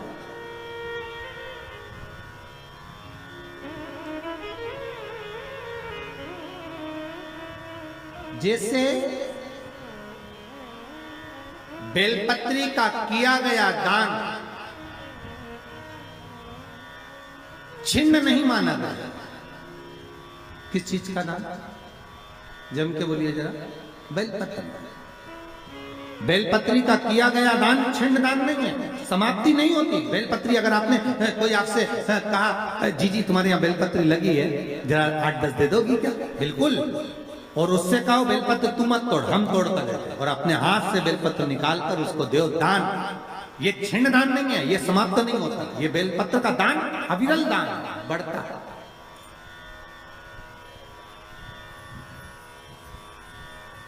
सुख का भान। तुमने कौन सा ऐसा नाम कमाया जो तुम्हारे ऊपर कोई बंधन करेगा? नाम जिसने कमाया, आज पूरे दुनिया के लोग जिसके पीछे पड़े हैं, तो अच्छे अच्छे तंत्र मंत्र वालों को लाके नहीं पटकवा देते कि जय नाम सिंहासन पर बैठ जा। तुम्हें किसी ने कह दिया तुम्हारे ऊपर किसी ने कुछ करा है, अब वो टेंशन लेके बैठ गए किसने करा है, किसने करा है, किसने करा है। इतने में बेचारी देवरानी शंकर जी के मंदिर गई थी, तो तेरे मन में शंका बैठ गई इसी ने कुछ करा है, इसी ने कुछ करा। अब शंका कौन निकाले?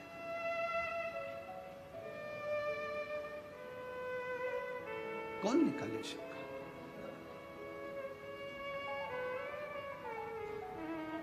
ये आडंबरों में हमारे शिव पुराण नहीं है। शिव महापुराण कभी आडंबरों पर नहीं चले। शिव महापुराण में ये सारे आडंबर दूर हैं, क्योंकि शंकर कहां रहते हैं? जम के बोलो जरा। उनके ससुर ने कहा है शंकर भगवान को, दक्ष प्रजापति ने, शिव मैं तुझे श्राप देता हूं, तू शमशान में रहेगा। जो शमशान में रहता है सबसे बड़ा तांत्रिक, सबसे बड़ा घोरी तो वो ही है, और जो एक लोटा जल चढ़ाता है उस पर कोई तंत्र विद्या नहीं हो सकती।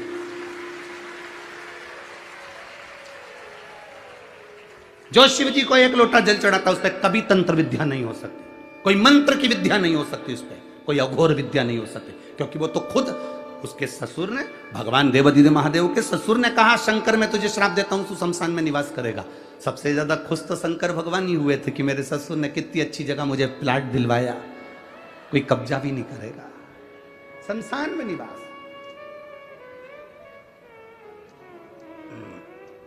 और शंकर के भक्त होकर कभी मत सोचना कि किसी ने तुम्हारे ऊपर विद्या कर दी, किसी ने तुम्हारे को ऐसा कर दिया, तुम्हारी दुकान नीचे कर दी। ना ना ना, ये तो हमारी कर्म की गति है।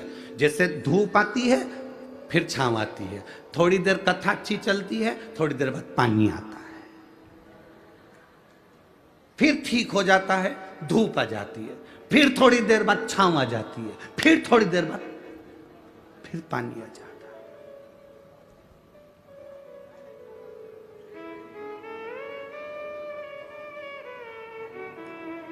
उसी तरह हमारा व्यापार, उसी तरह हमारा जीवन, उसी तरह हमारे जीवन में सुख दुख ये चलता रहता। कभी सुख आएगा, कभी दुख, कभी ग्राहक ज्यादा आ गए, कभी कम हो गए, कभी धन ज्यादा आ गया, कभी कम हो गया। घबराना नहीं है उस समय पर हमको। तेरे मंदिर में आना मेरा काम है और मेरी बिगड़ी बनाना तेरा काम है। हम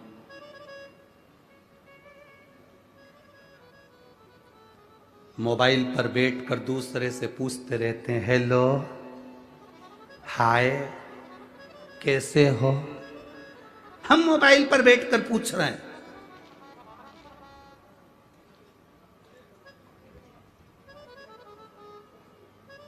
दूसरे से पूछ रहे हैं, हेलो, हाय, कैसे हो, और बैठे हो घर में मुंह चढ़ाए, और दूसरे से पूछ रहे हो तुम कैसे हो। तो अंदर से चाय बनाते बनाते जगदम्बा भी बोल दी, पहले खुद को देख लो। दूसरे से पूछ रहे कैसे हो। जितनी स्माइल से, जितनी प्रसन्नता से तुम दूसरे से मोबाइल पर बात करते हो, अपने ऑफिसर से, अपने सेठ से, अपने दूसरे व्यक्ति से जितनी प्रसन्नता से तुम दूसरे से बात करते हो, उतनी प्रसन्नता से उतनी प्रसन्नता से तुम अपने घर में मां से, अपने पिता से, अपने भाई से, अपने सखा से, और अपनी पत्नी से, और अपने बच्चों से क्यों नहीं करते हो। जितनी प्रसन्नता तुम दूसरे को दिखाते हो, उतनी प्रसन्नता तुम्हारी घर में भी होना चाहिए।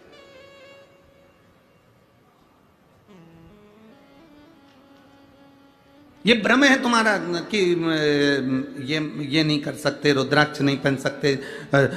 ये तो दुनिया की पहले से रीति रही है।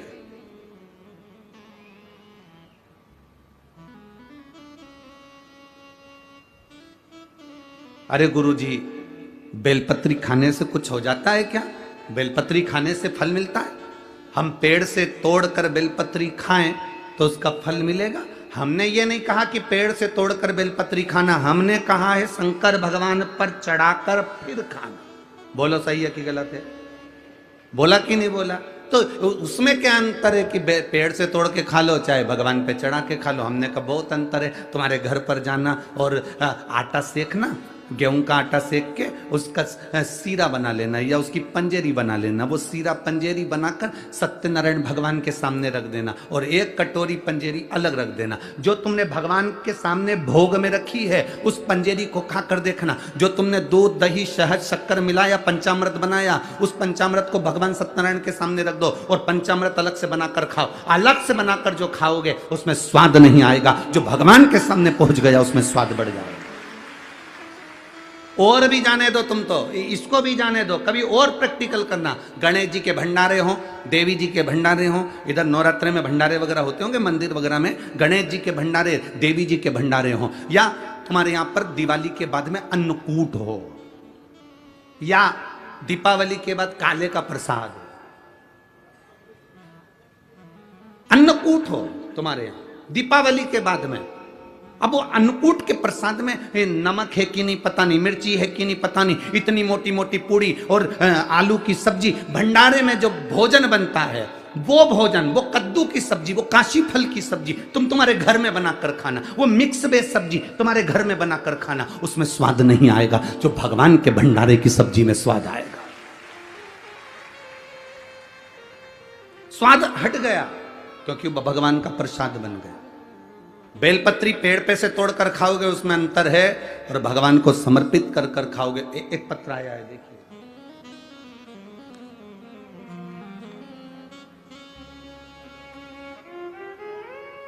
मेरा नाम अर्चना सचिन बंजारी, पता तहसील तला, जिला रायगढ़, कोंकण की निवासी हूं, कहीं बैठी हो तो हाथ हिला सकती है, कहीं बैठे हो तो हाथ हिला सकती है। मैं एक लोटे जल का क्या वर्णन करूं गुरुदेव।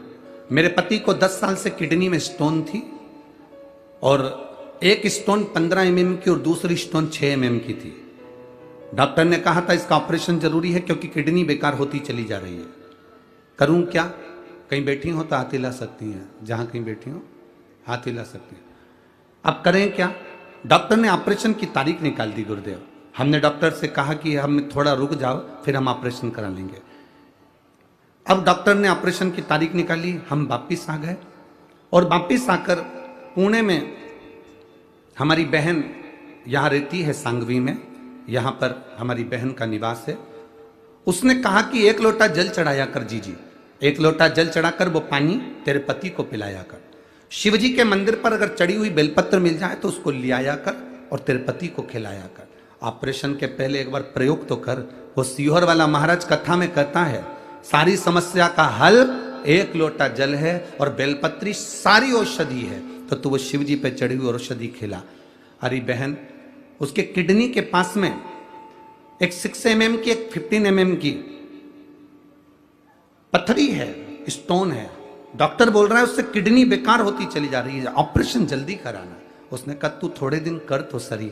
हम बाबा का क्या गुणगान करे गुरुदेव। केवल डॉक्टर ने 15 दिन दिए थे, 10 दिन तक बेलपत्र खिलाई और जल पिलाया, और जब वापिस हॉस्पिटल में हम ऑपरेशन के लिए पहुंचे तो डॉक्टर ने जांच करी ऑपरेशन के पहले, तो कह दिया तुम्हारी दोनों पत्थरी गिर गई है, दोनों स्टोन निकल गए हैं। यह बाबा की कृपा, यह शिव तत्व है, योग घड़ी है। अब इससे बढ़कर सुख क्या चाहिए कि लोग कहें कि बेलपत्री में बेलपत्री कैसे खा सकते हैं, बेलपत्री क्यों खाएं, बेलपत्री खाने से उसको खाओ तो सही। कितना भी हाई शुगर जा रहा हो, कितनी भी तकलीफ शुगर की हो रही हो, कितना भी हाई जाए, 2-3 दिन लगातार बाबा पे चढ़ी हुई बेलपत्र मांग कर बाबा औषधि दे दीजिए। बेलपत्र उठाकर लाओ, खाओ। 2 दिन क्या, ये विश्वास करता है 1 दिन के अंदर तुम्हारी शुगर का लेवल बराबरी पर आकर खड़ा हो जाए। 1 दिन। क्या है इस बेलपत्र में? ये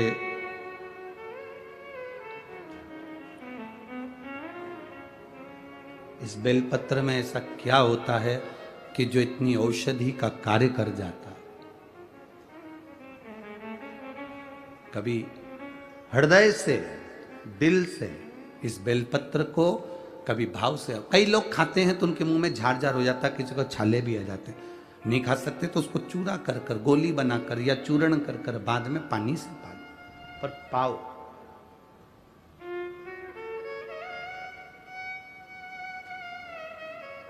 नियम से पाओ। हम जब उसके भरोसे पर चलें तो जिंदगी का एक सुख अपने सामने होता है। हम विश्वास नहीं कर पाते हैं, भरोसा नहीं कर पाते।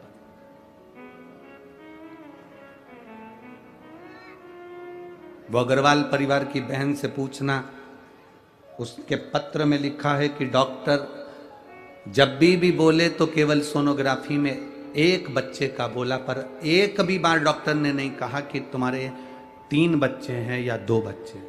इसमें पत्र में लिखा उस अग्रवाल ने, एक भी बार नहीं लिखा। सोनोग्राफी अलग अलग जगह पर कराई तो भी किसी ने नहीं बताया कि तुम्हारे 2 बच्चे हैं कि 3 बच्चे हैं।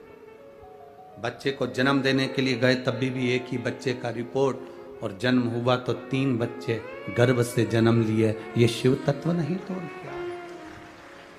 और वो भी पूर्ण तरह से स्वस्थ, पूरे स्वस्थ।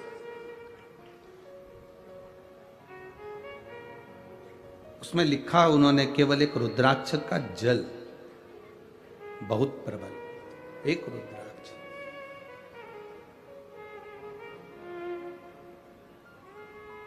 शंभु शरणे मांग घड़ी रे दुख का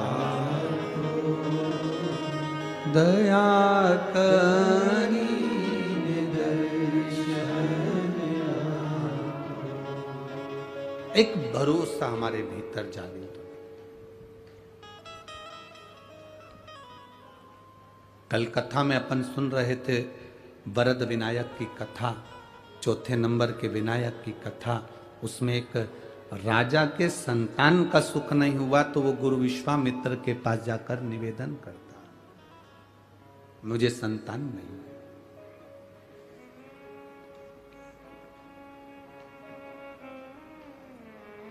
असली गुरु के पास अगर पहुंचे हो तो तुम्हें बोलने की भी जरूरत नहीं पड़ती कि मुझे ये दुख है। बस एक बार गुरु जी से आपके नेत्र मिल जाएं और गुरु की दृष्टि केवल एक बार आप पर पड़ जाए तो बोलना नहीं पड़ता कि दुख मुझे ये है, अपने आप दुख कट जाता है। असली गुरु की अगर शरणागति में गए हो तो।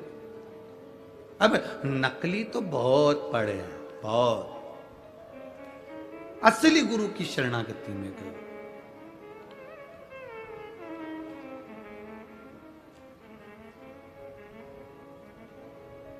गुरु का काम क्या है? क्या काम है गुरु का? गुरु का एक काम सबसे प्रबल है। जब वो नयन मिलाता है, अपनी दृष्टि जब अपने शिष्य पर देता है, अपने भक्त पर देता है, तो गुरु की जो नयन होते हैं वो नौका के समान होते हैं। और जब भक्त पर वो अपनी दृष्टि देता है तो उस भक्त को अपनी नौका में बिठाकर पार लगा देता है। वो गुरु होता है। असली गुरु की शरण में जाओ तो कुछ मांगो ना मांगो, बस उसकी दृष्टि पड़ जाए। और गुरु का काम भी ऐसा, वो देखता ही नहीं है, बड़ी मुश्किल से देखेगा, जब देखेगा भी वो देखे ही नहीं। गुरु की शरणागति बड़ी प्रबल। विश्वामित्र बाबा के सामने जाकर राजा ने कह दिया मेरे घर में संतान नहीं है। विश्वामित्र जी ने कहा कि तुम्हारे घर में औलाद नहीं है, ये तुम्हारे पूर्व समय के कर्म का भोग है जो तुम्हें भोगना है। नहीं, मैंने सुना है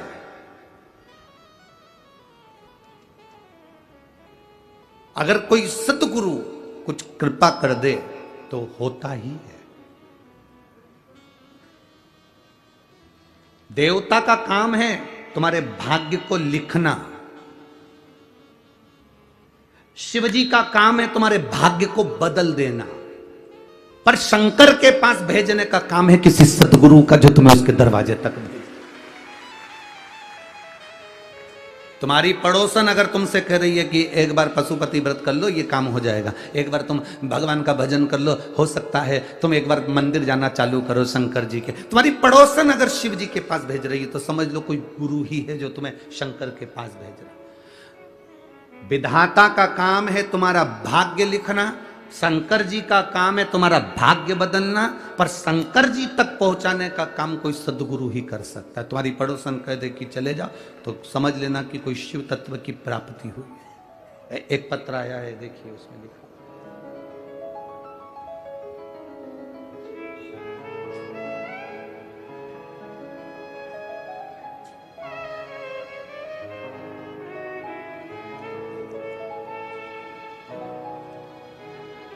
मैं लताबाई सुभाषराव खेड़कर, उम्र है मेरी 60 साल।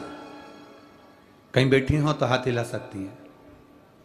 मैं लताबाई सुभाषराव खेड़कर, उम्र 60 साल, गांव शिरूर लाजबंद की ताजबंद, तुम समझ लेना ठीक है, तालुका अहमदपुर, जिला लातूर, महाराष्ट्र की रहने वाली। कहीं बैठी है? हाथ हिला दो एक बार। हाँ ठीक है, दिख गए। एक बार वापिस हाथ हिला दीजिए।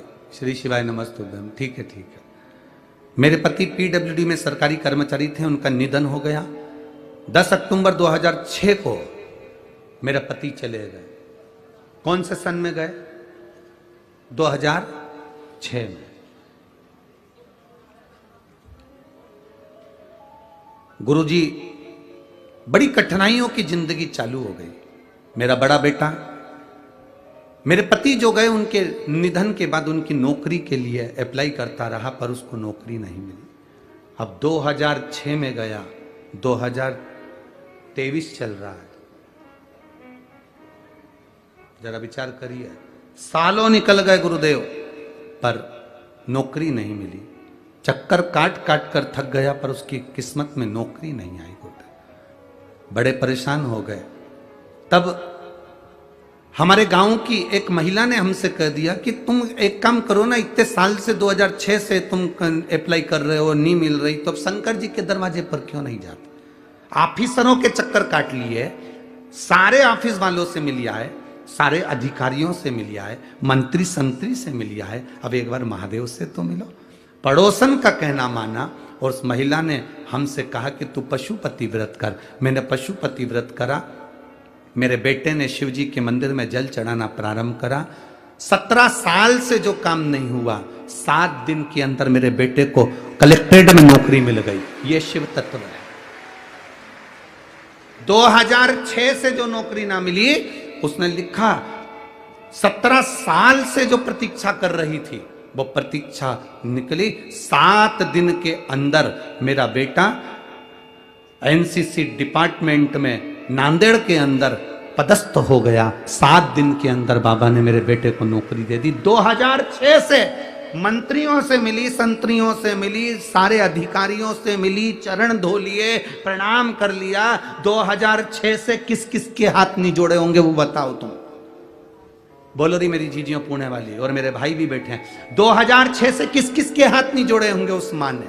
2006 से उसके बेटे ने किस किस से निवेदन नहीं करा होगा कि मेरी नौकरी मेरे पिताजी की जगह लगा दो, मेरी नौकरी मेरे पिताजी की जगह। किस किस से नहीं कहा होगा उसने? किससे नहीं कहा होगा? बैठो बहन, श्री शिवाय नमस्तुभ्यं, बैठिए। किससे नहीं कहा होगा उसने? सबसे कहा। पर कौन करे? कोई सतगुरु होता है, उसको उसने लिखा। गांव की एक महिला ने, गांव की एक मां ने, एक महिला ने मुझसे कह दिया तुम शिवजी का पशुपति व्रत करो और अपने बेटे से कहो 1 लोटा जल चढ़ा। फिर वही बात आ गई। विधाता भाग्य लिखता है, शंकर जी भाग्य बदलने को तैयार बैठे हैं। बस शंकर जी के पास में कोई भेजने वाला सतगुरु होना चाहिए।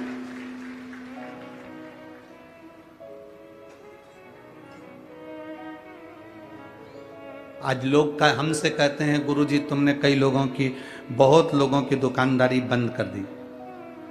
हम किसी की दुकानदारी बंद करने के लिए इस व्यासपीठ पर नहीं बैठे हैं। हमारा तो केवल एक काम है, ये शरीर मेरे महादेव ने अगर दिया है तो आपसे बस इतना कह सकते हैं कि महादेव की शरणागति लेओगे तो दूसरे के हाथ जोड़ना नहीं पड़ेगा। दूसरे के हाथ नहीं जोड़ना पड़ेंगे। एक बार अगर शंकर की चौखट पर जाना चालू कर दिया, केवल यह मत सोच कर जाना कि मेरा काम होगा तब मैं शंकर जी के मंदिर जाऊंगी, काम नहीं होगा तो मंदिर जाना छोड़ दूंगी। ना ना, उसका पीछा मत छोड़ना, उसके मंदिर में जाना मत छोड़ना, उसको 1 लोटा जल चढ़ाना मत छोड़ना, उसके दरवाजे पर झाड़ू पोछा लगाना मत छोड़ना। वो तुम्हें नहीं छोड़ेगा, जीवन पर्यंत नहीं छोड़ेगा। ये शिव तत्व है। शंभु शंकर ओघड़ी है।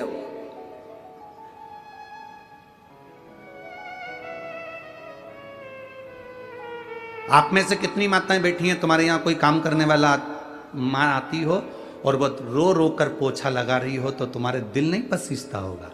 अरे बोलो तो जम के जरा।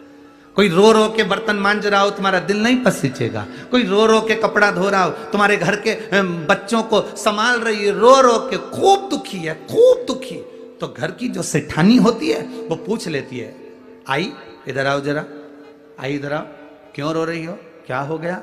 आज मेरी बहू से झगड़ा हो गया, उसने मुझे रोटी नहीं दी है, आज मैं बड़ी दुखी हूँ। सेठानी कहती है तुम काम छोड़ो पहले, लो मैं प्लेट में खाना देती हूँ, ले खाओ। आई, रोना नहीं, जीवन तो चलता रहता है। सेठानी को दुख होगा, उसके घर की बर्तन वाली, काम वाली, पोछे वाली अगर कोई दुखी है तो सेठानी को दुख होता है। इस मृत्यु लोक में रहने वाला कोई मनुष्य दुखी है तो मेरे महादेव को दुख होता है। मेरा महादेव दुखी होता है। और महादेव को दुख किस बात का है कि तू मेरे घर में आता है, मेरा भजन करने वाला और दुखी हो जाए। संसार में रहने वाले, पृथ्वी पर रहने वाले अगर दुखी होंगे तो शंकर को दुख होगा। तो किसी को कोई फर्क नहीं पड़ेगा, पर शिव जी को दुख होगा कि मेरी पृथ्वी पर रह रहा है। ब्रह्मा ब्रह्मलोक में रहते हैं, भगवान विष्णु वैकुंठ लोक में रहते हैं, इंद्र इंद्रलोक में रहते हैं, देवता देवलोक में रहते हैं, पितर पितरलोक में रहते हैं, पर शंकर भगवान मृत्यु लोक में रहते हैं पृथ्वी पर। सबसे ज्यादा दुख उनको होता है कि तुम इधर उधर क्यों भटक रहे हो। अगर तुम्हें दुख आया है ना, तो तुम एक बार मेरे पास आओ तो सही, तुम मेरे पास आकर बोलो तो। देखो, कई लोग कहते हैं कि भगवान को क्या बोलना पड़ता है, शिव जी को क्या बोलना पड़ता है? क्यों नहीं बोलना पड़ता? यहां पर इतनी सारी माताएं बैठी हैं, इन सब माताओं को मालूम है कि तुम्हारा पति 4 रोटी खाता है। सब माताओं को मालूम है कि तुम्हारा बेटा 4-5 रोटी खाता है। इसमें से कितनी माताएं ऐसी बैठी हैं, शायद ही कोई माता ऐसी होगी जो पति 4 रोटी खाता होगा तो एक साथ 4 धर के दे देती होगी। बेटा 4 रोटी 6 रोटी खाता हो तो एक साथ 6 रोटी रख के दे देती होगी। कोई मां नहीं देती, कोई पत्नी नहीं देती।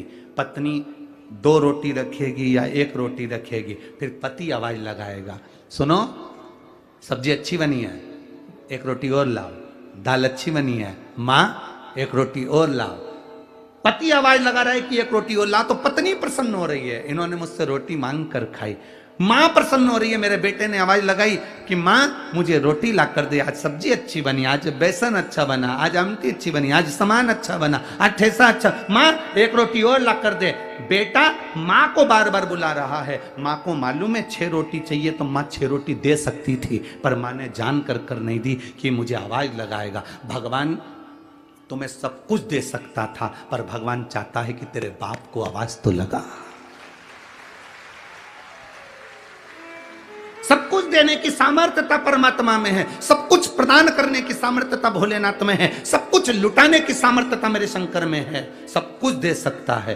पर भोलेनाथ कहते हैं मैं बाप हूं, और बेटा जब बड़ा हो जाता है, नौकरी करने लगता है, और नौकरी के बाद भी पापा से कहता है पापा मुझे लैपटॉप लेना है, पापा खुश होते हैं कि ये खुद भी ला सकता था पर मुझे लेकर जा रहा है, मुझसे कह रहा है, प्रसन्न होता है बाप। बाप की प्रसन्नता, पैसा किसका? बेटे का, सामान किसका? बेटे का, पर बाप से कह रहा है पापा मुझे लैपटॉप लेना, पापा मुझे गाड़ी लेना, पापा मुझे ये सामान लेना है। ला सकता है, सब कुछ ला सकता है, पर बोला क्यों है? क्योंकि उसको महान बनाना।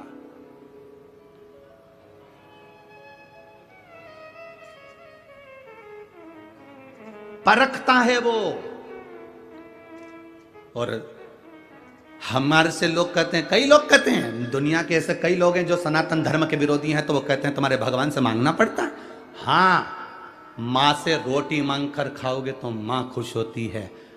पत्नी अगर कोई सामान ला कर दे, पोहा बना कर ला कर दे, उसल पोहा दिया, भगर ला दिया, कुछ सामान ला दिया, उपमा ला दिया, और तुमने डबल से कहा सुनो आज उपमा अच्छा बना है, थोड़ा और लाओ, पत्नी अंदर से खुश हो जाती है। यहाँ जितनी बैठी होंगी ईमानदारी से बोलना, जब पति डबल से मांगे तो तुम्हें प्रसन्नता नहीं होती क्या? तुम्हें खुशी नहीं होती?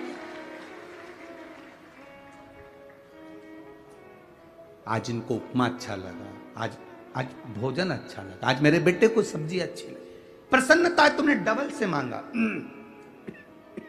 उससे मांगो, वो खुश होता है, ये मेरा अपना है, मुझसे मांग रहा। बहुत सनातन धर्म के विरोधी लोग हैं जो तुमसे कहेंगे मंदिर मत जाओ, देवालय मत जाओ, शिवालय मत जाओ। सतगुरु का काम, देवता का काम है तुम्हारा भाग्य लिखना, शंकर जी का काम है भाग्य बदलना। अब देवता और शंकर जी के बीच में एक गुरु है, देवता और शिव जी के बीच में एक गुरु है।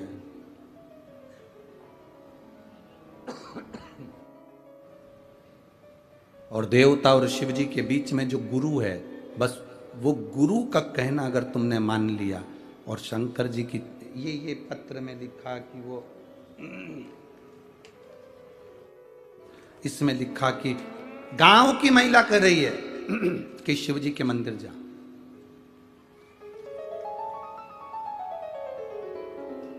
कितनी बड़ी बात लिखी इसमें। गांव की महिला ने कहा तूने मंत्रालय के चक्कर काट लिए, कलेक्टर ऑफिस के चक्कर काट लिए, अब तू एक बार महादेव के चक्कर काट कर देख ले। ये यहाँ ये दिखाना जरा है, जरा दिखाओ इसको, जरा ले लाइन जरूर दिखाओ। मंत्रालय के चक्कर काट लिए। पढ़ो आप आस्था चैनल पर, इस लाइन को भी पढ़ो कि उस लाइन में उसने महिला ने बोला क्या। मंत्रालय कलेक्टर ऑफिस के इतने चक्कर काटे, अब महादेव के चक्कर काट। ये लिखा मंत्रालय कलेक्टर ऑफिस, पढ़ो आप एलईडी पर आस्था चैनल पर। इतने चक्कर काटे आपने, मंत्रालय कलेक्टर ऑफिस के इतने चक्कर काटे। अब बाबा देवादिदेव महादेव के चक्कर काट कर देख। 7 दिन नहीं हुआ और देवादिदेव, क्यों? विधाता ने जो लिखा और शंकर भगवान उस भाग्य को पलटने की जवाबदारी रखते हैं।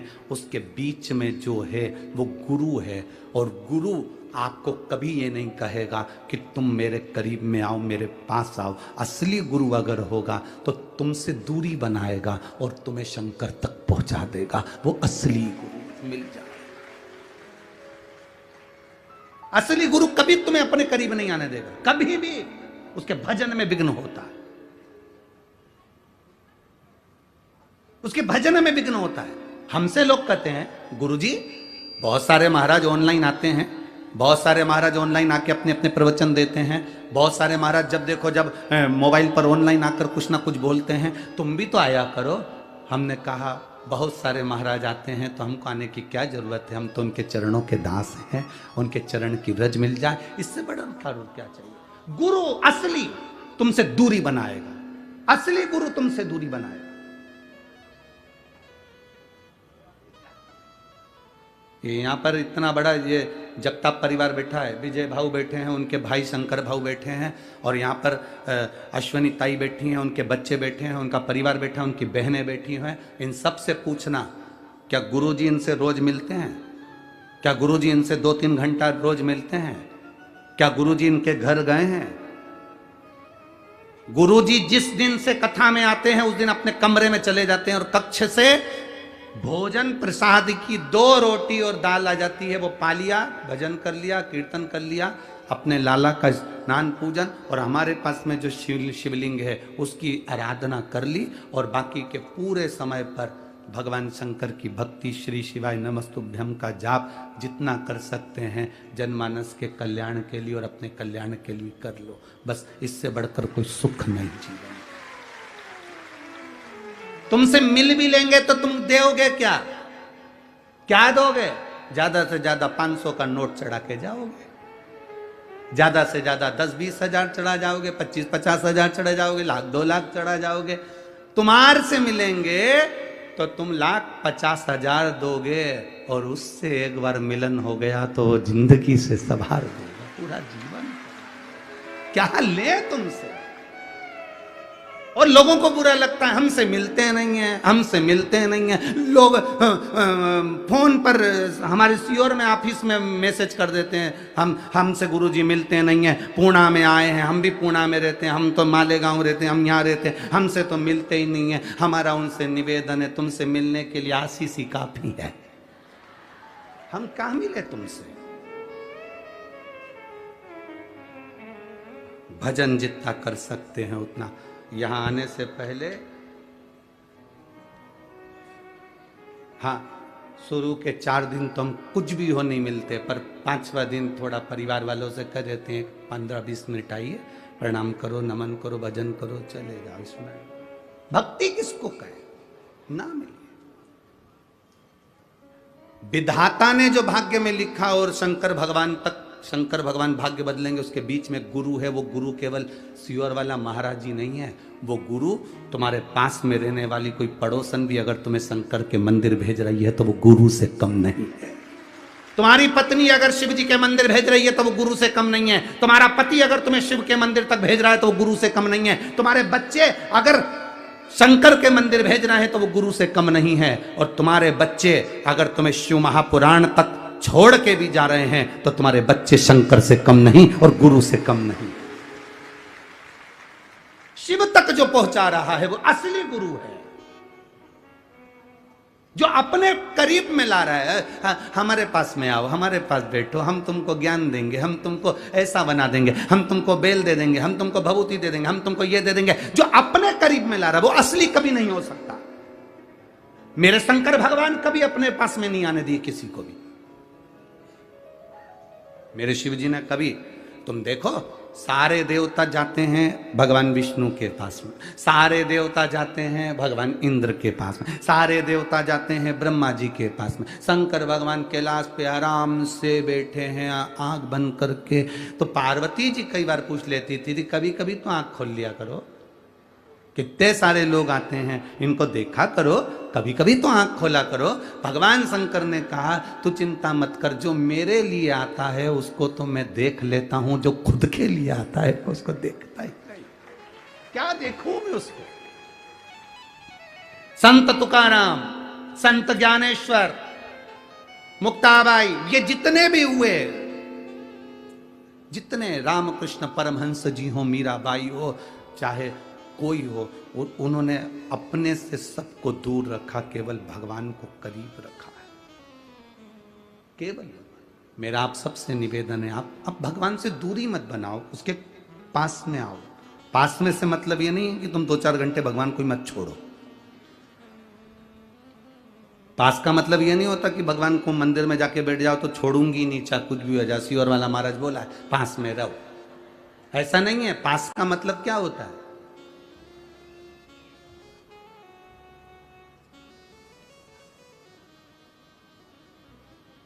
पास का मतलब है क्या? तुम कहीं पर भी रहो, कहीं पर भी।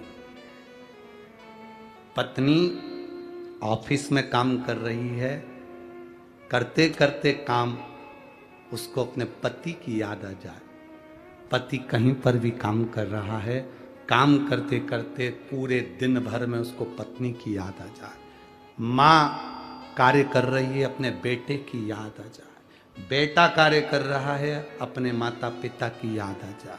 पहले राजस्थान में और महाराष्ट्र में माताएं ऐसा सिर पे हंडा रखती थी, हंडे पे हंडा रखती थी, हंडे पे हंडा रखती थी और चौमली के ऊपर रखकर चल देती थी। एक हाथ में बाल्टी, इधर रस्सी और पानी भरकर चलती, उसके साथ में 2-4 और मिल जाती, सब बात करती करती, और रास्ते में कोई मिल जाती तो बात करने लगती। अब सिर पे हंडा, हंडे पर हंडा, और वह बात कर रही है सबसे।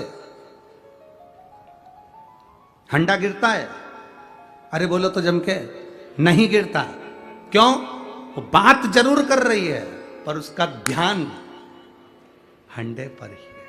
उसी तरह पास आने का मतलब यह नहीं है कि तुम शंकर के मंदिर में चिपक कर बैठ जाओ तो 2-3 घंटे नहीं हटो। ना ना, तुम कुछ भी काम करो, अपने ऑफिस में, दुकान में, घर में, परिवार में, कहीं पर भी रहो, बस दिन भर में 1 या 2 बार श्री शिवाय नमस्तुभ्यं कह लिया, समझ लो शिव के करीब में।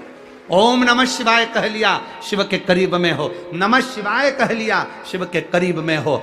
और तुमने अगर उसको याद कर लिया शिव के, जिस दिन तुम्हारे मन में, तुम रोज मंदिर जाओ और 1 आध दिन अगर मंदिर नहीं जाओ और तुमको अच्छा नहीं लगे तो समझ लेना कि तुम शंकर के करीब पहुंच चुके हो, तुम शिव के नजदीक आ गए। रोज मंदिर जाते हो, आज मंदिर नहीं गई ना तो अच्छा नहीं लग रहा। कई बार माताएं कह देती है आज मुझे अच्छा नहीं लग रहा। क्यों? आज मैं मंदिर नहीं जा पाई, आज मैं मंदिर नहीं गई तो मुझे अच्छा नहीं लग रहा। मतलब अब तुम शंकर के बहुत करीब पहुंच गए हो कि तुझसे मिले बिना मुझे चैन नहीं आ रहा। तुम इतने करीब पहुंच गए उस परमात्मा के कि तुम्हें चैन नहीं मिल रहा उससे, जब तक तुम मंदिर नहीं जाती। कई माताएं ऐसी बैठी, कई भाई ऐसे बैठे हैं कि जब तक वो मंदिर नहीं चले जाए, लोटा भर के जल नहीं चढ़ा दे, तब तक उसको चैन नहीं आता। तो समझ लो कि तुम भगवान के बहुत करीब पहुंच गए हो। तुम उसके बिना नहीं रह पा रहे और वो तुम्हारे बिना नहीं रह पा रहा। बस यही करीबता, यही स्नेह है। तुझे ना देखूं तो चैन, और तेरे सिवा कोई हो, अब करूं तो फिर किसी ने कहा आ बैठ मेरे पास, बस ना मैं कुछ कहूं कुछ नहीं कहना। फिर उस जगह पर एक ही काम है, 1 लोटा जल उठाकर जो चढ़ाया और मुस्कुराकर जो महादेव के पास से गए। पार्वती जी भी शिव जी से कह देती है कितनी दुखी है पर जब जब तुम्हारे मंदिर में आती है खुश होकर आती है। शंकर आज के बाद ये कभी आंसू नहीं बहाएगी, ऐसी खुश रहेगी, ऐसी प्रसन्नता उसके जीवन पर रहेगी।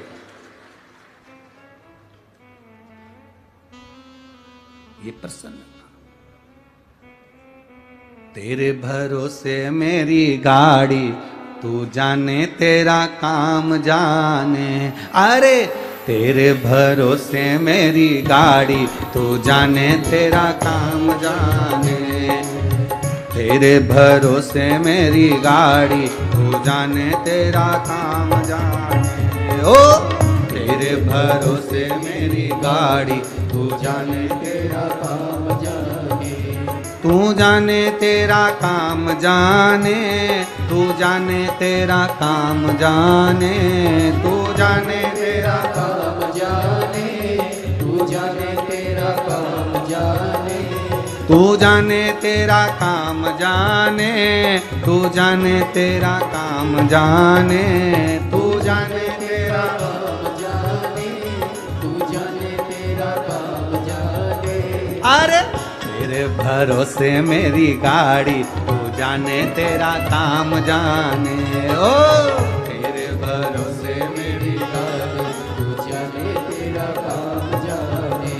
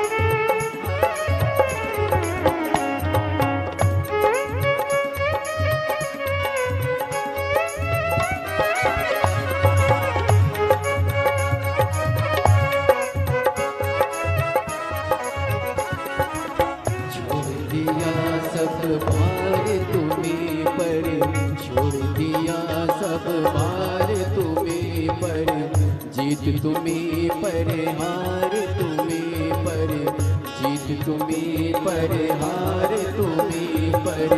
अब है पहली बार तो जाने तेरा काम जाने। अब है पहली बार तू जाने तेरा काम जाने। तू जाने तेरा काम जाने, तू जाने तेरा काम जाने। तू जाने तेरा काम जाने, तू जाने तेरा काम जाने।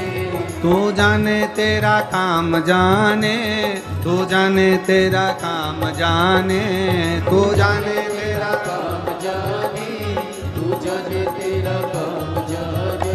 अरे तेरे भरोसे मेरी गाड़ी, तू जाने तेरा काम जाने।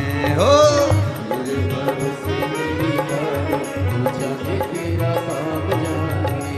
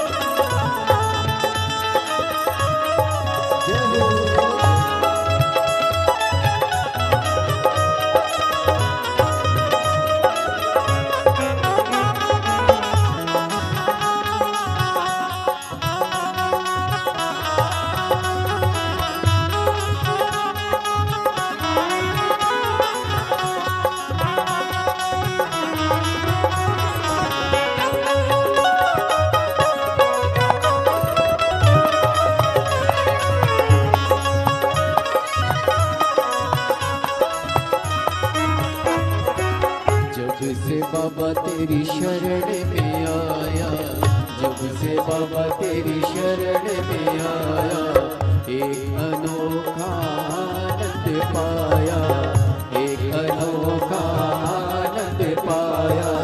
जब से बाबा तेरी शरण में आया, जब से बाबा तेरी शरण में आया, एक अनोखा आनंद पाया, एक अनोखा आनंद पाया। मिट्टी जखी चिंता सारी, तू जाने तेरा काम जाने, मिट्टी जखी चिंता सारी, तू जाने तेरा काम जाने, तू जाने तेरा काम जाने, तू जाने तेरा काम जाने, तू जाने तेरा काम जाने, तू जाने तेरा काम जाने, तू जाने तेरा काम जाने, तू जाने तेरा काम जाने, तू जाने तेरा काम जाने, तू जाने तेरा काम जाने। अरे तेरे भरोसे मेरी गाड़ी, तू जाने तेरा काम जाने, तेरे भरोसे मेरी गाड़ी, तू जाने तेरा काम जाने। अरे तेरे भरोसे मेरी गाड़ी, तू जाने तेरा काम जाने, तेरे भरोसे मेरी गाड़ी, तू जाने तेरा काम जाने।